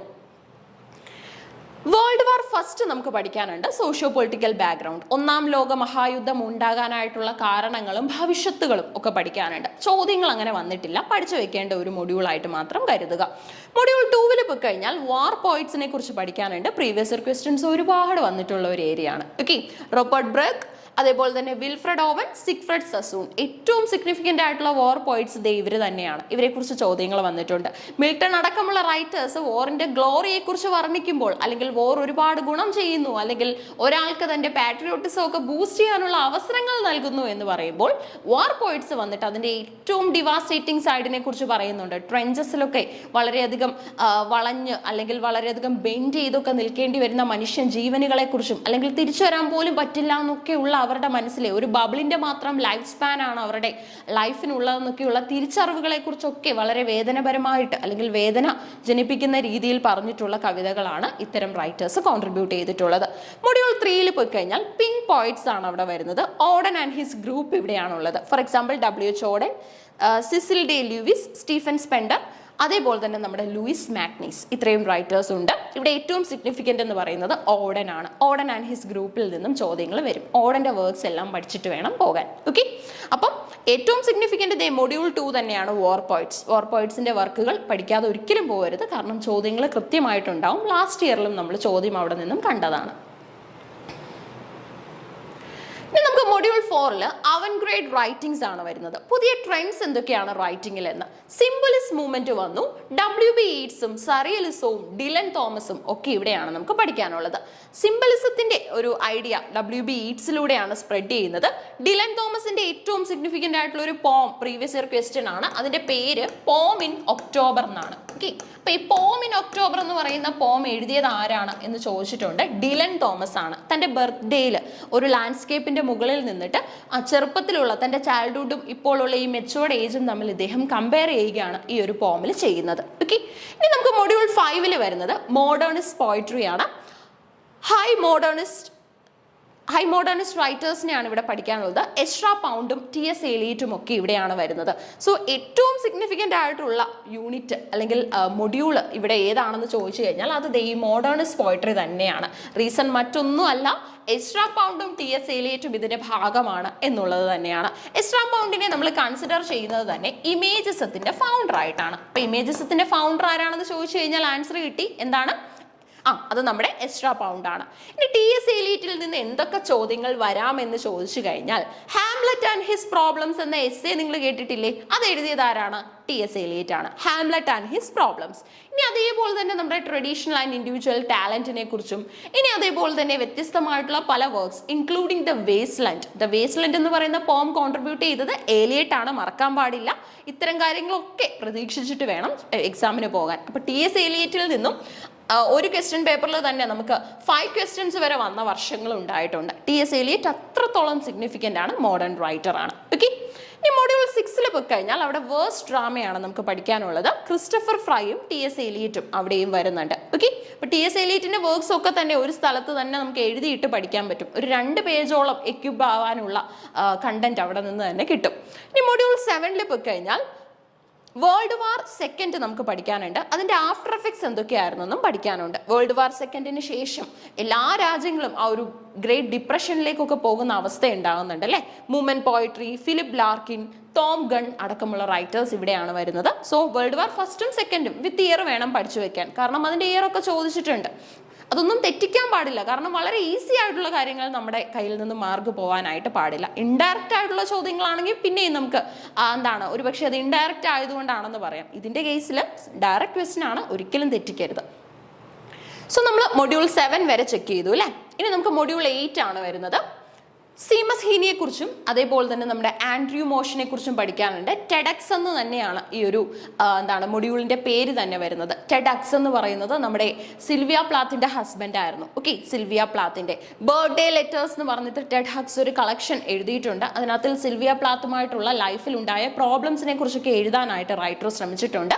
ടെഡക്സിന്റെ വൈഫ് ആയതുകൊണ്ട് തന്നെ സിൽവിയ പ്ലാത്തിന്റെ ഡാഡി എന്ന ചോദ്യവും നമ്മൾ എക്സ്പെക്ട് ചെയ്യണം. കണക്റ്റഡ് ആയിട്ട് നമുക്ക് അങ്ങനെയും പ്രതീക്ഷിക്കാം, കാരണം സെറ്റ് എക്സാം എന്ന് പറയുമ്പോൾ അതിൻ്റെ ഒരു ഡെപ്ത് നിങ്ങൾക്ക് അറിയാം അല്ലേ. PG ഹോൾഡേഴ്സ് വിത്ത് B.Ed ആണ് ഇതിനെ പെയർ ചെയ്യുന്നത്. അതിൻ്റെ ഒരു സിഗ്നിഫിക്കൻസ് ചോദ്യത്തിന്റെ നിലവാരത്തിലും ഉണ്ടാകും.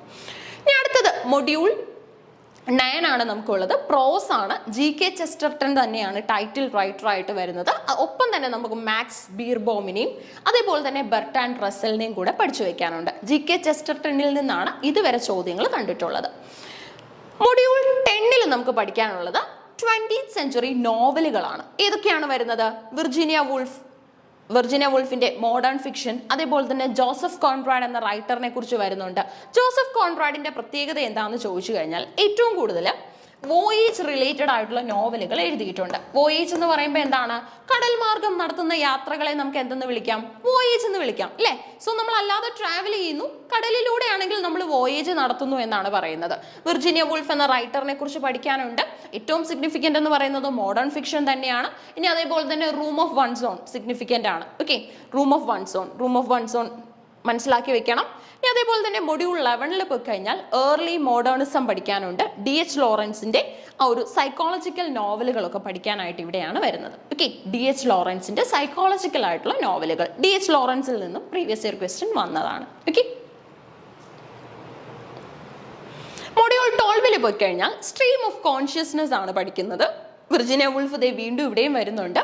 ജെയിംസ് ജോയ്സും വിർജീനിയ വൂൾഫുമാണ് സിഗ്നിഫിക്കൻറ്റ്. സോ ഈ ഒരു മൊഡ്യൂൾ 12 നിങ്ങളൊന്ന് ഹൈലൈറ്റ് ചെയ്ത് വെക്കണം, കാരണം ക്വസ്റ്റ്യൻസിന്റെ ഡെപ്ത് ഇവിടെ ഇച്ചിരി കൂടുതലാണ്. 5 ചോദ്യങ്ങളോളം ഒക്കെ നമുക്ക് പ്രതീക്ഷിക്കാൻ പറ്റും ഈ ഒരു ഒറ്റ മൊഡ്യൂളിൽ തന്നെ. ഫോർ എക്സാമ്പിൾ ഇപ്പോൾ ജെയിംസ് ജോയ്സിന്റെ ഫേമസ് വർക്ക്സ് ഒക്കെ തന്നെ വളരെ സിഗ്നിഫിക്കൻ്റ് ആണ്, മനസ്സിലാക്കി വെക്കണം.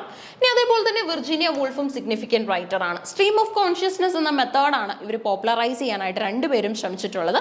അതായത് ഒരു സ്പീക്കറിൻ്റെ അല്ലെങ്കിൽ നമ്മുടെ ആ ഒരു മെയിൻ ക്യാരക്ടറിൻ്റെ മനസ്സിലുണ്ടാകുന്ന ചിന്തകളൊക്കെ തന്നെ ഒരു ഫ്ലൈയെ പോലെ റീഡർ ആ ഒരു മെയിൻ ക്യാരക്ടറിൻ്റെ മനസ്സിലൂടെ സഞ്ചരിച്ച് വ്യവസ്ഥകളും കാര്യങ്ങളും ഒക്കെ മനസ്സിൽ എന്തൊക്കെ തോന്നലുകളുണ്ടോ അതുപോലും മനസ്സിലാക്കി പോകുന്ന രീതിയിലാണ് ഇതിൻ്റെ നറേഷൻ. മെയിൻ ക്യാരക്ടറിൻ്റെ മൈൻഡ് സെറ്റിനാണ് പ്രാധാന്യം കൊടുക്കുന്നത്.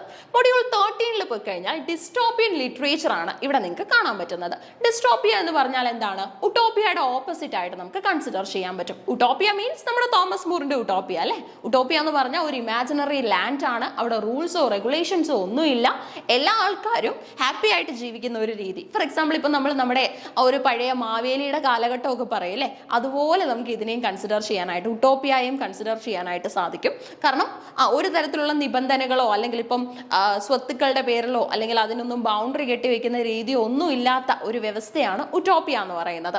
അതിന്റെ ഓപ്പോസിറ്റ് ആണ് ഡിസ്റ്റോപ്പിയൻ ലിറ്ററേച്ചർ എന്ന് പറയുന്നത്. കാരണം ഒരുപാട് ഫ്യൂച്ചറിലായാൽ പോലും പ്രോബ്ലമാറ്റിക് ആയിട്ടുള്ള കാര്യങ്ങൾ ഉണ്ടാവാൻ പോസിബിലിറ്റി ഉണ്ടെന്നും അതേപോലെ തന്നെ ഇപ്പം ലൈഫാണ്, അതുകൊണ്ട് തന്നെ sadness is A factor of it എന്നൊക്കെയുള്ള വെളിപ്പെടുത്തലുകളാണ് ഡിസ്റ്റോപ്പിയൻ നോവലിൽ വരുന്നത്.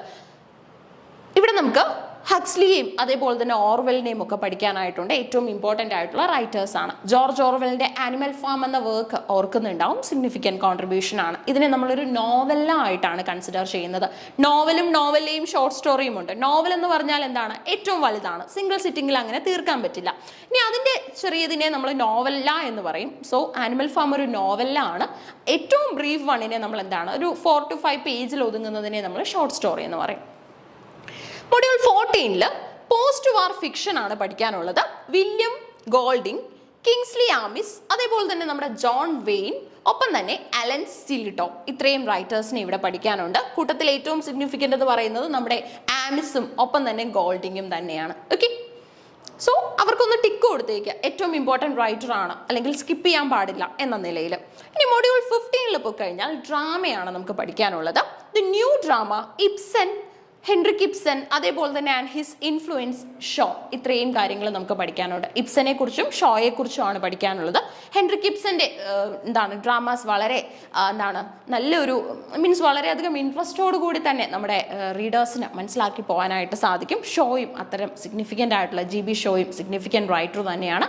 ആംസ് ആൻഡ് ദി മാൻ എന്ന് പറഞ്ഞിട്ട് വളരെ സിഗ്നിഫിക്കൻ്റ് ആയിട്ടുള്ള ഒരു കോൺട്രിബ്യൂഷനും നടത്തിയിട്ടുണ്ട്. ഓക്കെ, ഒരുപാട് കോൺട്രിബ്യൂഷൻസ് നടത്തിയിട്ടുള്ള സിഗ്നിഫിക്കൻ്റ് റൈറ്റേഴ്സ് ആണ് ഇബ്സനും ഷോയും. ഓക്കെ, സോ ഇനി നമുക്ക് റിമൈനിങ് മൊഡ്യൂൾസ് കൂടെ ഈ ഒരു യൂണിറ്റ് 3യുടെ ഭാഗമായിട്ടുള്ള റിമൈനിങ് മൊഡ്യൂൾസ് കൂടെ ചെക്ക് ചെയ്ത് പോകാം. ഓക്കെ, അപ്പോൾ ഇത്രയും കാര്യങ്ങളിൽ നിന്ന് എന്ത് മനസ്സിലായി? കൃത്യമായിട്ടൊരു ഇൻഡെപ്ത് അനാലിസിസ് ഉണ്ടെങ്കിൽ ഈസി ആയിട്ട് തന്നെ സെറ്റ് ക്രാക്ക് ചെയ്തുകൂടെ? കാരണം ബേസ് ആയിട്ടുള്ള കാര്യങ്ങൾ, അല്ലെങ്കിൽ ഇപ്പം നെറ്റ് പോലെ കോംപ്ലിക്കേറ്റഡ് ആയിട്ട് ഇപ്പം നിങ്ങൾക്ക് ഡ്രാമയാണ്, പോയട്രി ആണ്, അത് മാത്രമാണ്, അതിൽ നിന്നും കണ്ടെത്തി പഠിക്കൂ എന്നുള്ള ഒരു രീതി നമുക്കിവിടെ ഇല്ല.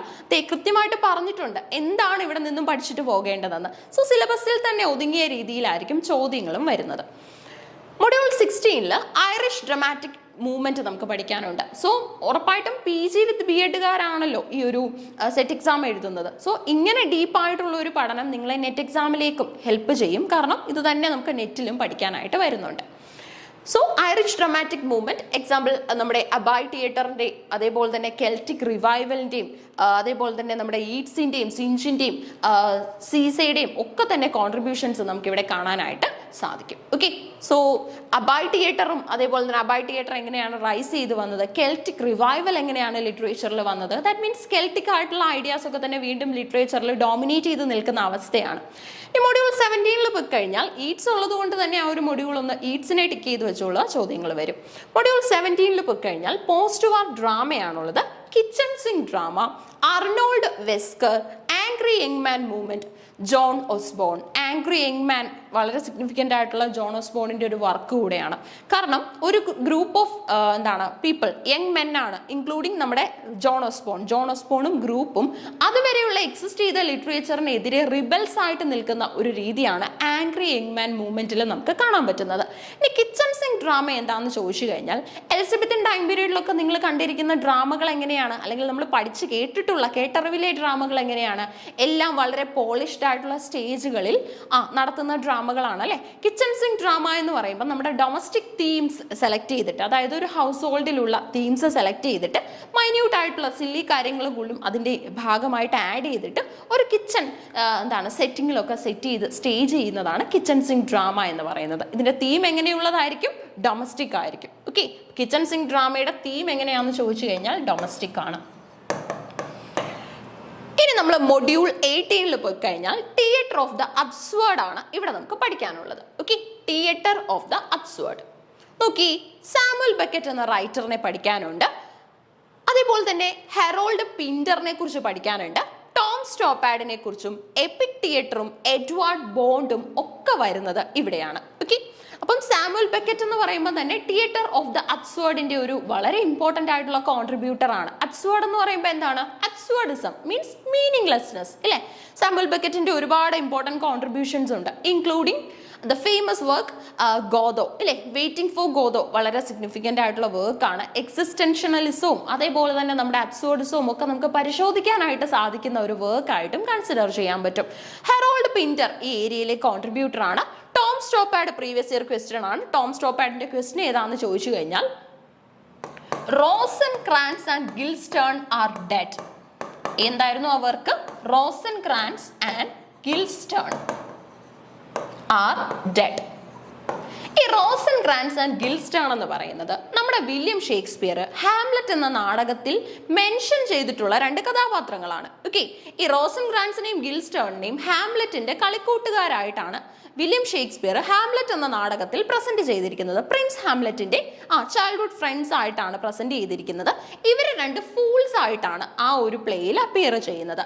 നമ്മുടെ ടോം സ്റ്റോപ്പാഡ് എന്താ ചെയ്യുന്നതെന്ന് വെച്ച് കഴിഞ്ഞാൽ, ടോം സ്റ്റോപ്പാഡ് ഒരു മോഡേൺ റൈറ്റർ അല്ലേ. സോ ടോം സ്റ്റോപ്പാഡ് ഈ രണ്ട് മൈനർ ക്യാരക്ടേഴ്സിനെ ഇമ്പോർട്ടൻറ്റ് ക്യാരക്ടേഴ്സ് ആയിട്ട് എടുത്തുകൊണ്ട് ഇവരെ മെയിൻ ക്യാരക്ടേഴ്സ് ആയിട്ട്, അതായത് ഇവരെങ്ങനെയൊക്കെ സംസാരിക്കാം, ഇവർക്ക് എന്തൊക്കെ ചിന്തകൾ ഉണ്ടാകാം എന്നുള്ള പോയിന്റ് ഓഫ് വ്യൂ നിലനിർത്തിക്കൊണ്ട് റോസൻക്രാൻസ് ആൻഡ് ഗിൽസ്റ്റേൺ ആർ ഡെഡ് എന്നുള്ള ഒരു ഫേമസ് ഡ്രാമ ചെയ്തിട്ടുണ്ട്. Okay, റോസൻക്രാൻസ് and Guildenstern are dead എന്ന് പറയുമ്പോൾ ഷേക്സ്പിയറിലേക്ക് പോകരുത്. കാരണം ഷേക്സ്പിയർ ഈ രണ്ട് കഥാപാത്രങ്ങളെ കുറിച്ച് പറയുക മാത്രമാണ് ചെയ്തിട്ടുള്ളത് ഹാംലെറ്റ് എന്ന നാടകത്തിൽ. ഇവരെ മെയിൻ ക്യാരക്ടേഴ്സ് ആയിട്ട് എടുത്തുകൊണ്ട് പ്ലേ ചെയ്തത് നമ്മുടെ ടോം സ്റ്റോപ്പാഡ് ആണ്. സ്റ്റോപ്പാഡിന് ഇതിനുള്ള ഇൻസ്പിറേഷൻ എന്താണെന്ന് ചോദിച്ചു കഴിഞ്ഞാൽ അതിന്റെ ആൻസർ വില്യം ഷേക്സ്പിയറിന്റെ ഹാംലെറ്റ് എന്ന നാടകമാണ്. രണ്ടും തമ്മിലുള്ള കണക്ഷൻ മനസ്സിലായല്ലോ.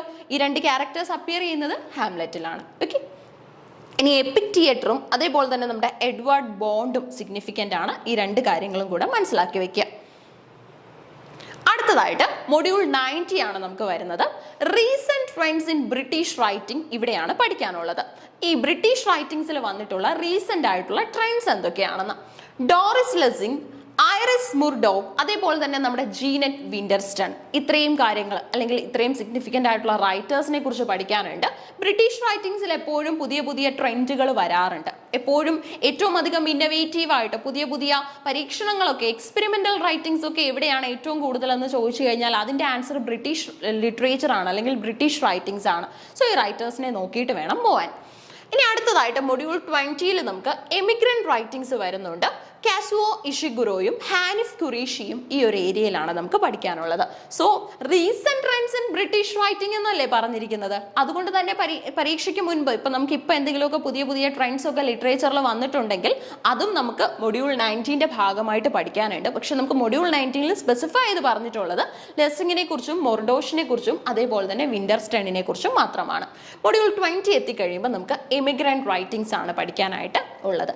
ഇത്രയും കാര്യങ്ങൾ പഠിച്ചു കഴിഞ്ഞാൽ നമുക്ക് മൊഡ്യൂൾ യൂണിറ്റ് 3യുടെ ആ ഒരു 20 മൊഡ്യൂൾസ് കംപ്ലീറ്റ് ചെയ്യാനായിട്ട് പറ്റും. സോ ഈ 3 യൂണിറ്റുകൾ പഠിച്ചതിന്റെ ബേസിൽ മനസ്സിലായിട്ടുണ്ടാവുമല്ലോ ഏറ്റവും കൂടുതൽ ചോദ്യങ്ങൾ വന്ന യൂണിറ്റ് എന്ന് പറയുന്നത് ഏതാണ്? നമ്മുടെ യൂണിറ്റ് 1 തന്നെയാണ്. കാരണം അവിടെ ചോസേഴ്സ് ഏജ് നമ്മൾ പഠിച്ചായിരുന്നു, റെനൈസൻസ് ഉണ്ടായിരുന്നു, നിയോ ക്ലാസിക്കൽ ഉണ്ടായിരുന്നു, നമ്മുടെ നിയോ ക്ലാസിക്കൽ പീരീഡ് വരെ അവിടെ വരുന്നുണ്ട് അല്ലേ, നിയോ ക്ലാസിക്കൽ ഐഡിയാസ് വരെ. ഇനി നമ്മുടെ രണ്ടാമത്തെ യൂണിറ്റ് വരുമ്പോഴാണ് അവിടെ റൊമാൻറ്റിസിസം ബിഗിൻ ചെയ്യുന്നത്. അതായത് വില്യം വേൾസ്വർത്തും എസ്.ടി. കോളറിഡ്ജും ഒക്കെ ചേർന്ന് പോപ്പുലറൈസ് ചെയ്ത റൊമാൻറ്റിസിസം അവിടെയാണ് ബിഗിൻ ചെയ്യപ്പെടുന്നത്. ഇനി യൂണിറ്റ് 3യിലും സിഗ്നിഫിക്കൻ്റ് ആയിട്ടുള്ള റീസെന്റ് ബ്രിട്ടീഷ് ലിറ്ററേച്ചറിലെ ട്രെൻഡുകളൊക്കെയാണ് പഠിക്കാനായിട്ട് ഉള്ളത്. അപ്പോൾ ഇനിയും നമുക്ക് വരുന്നുണ്ട് 3 യൂണിറ്റുകളും കൂടെ. അത് നമുക്ക് നെക്സ്റ്റ് ഒരു വീഡിയോ ആയിട്ട് ചെയ്യാം. So keep learning. All the best. Thank you.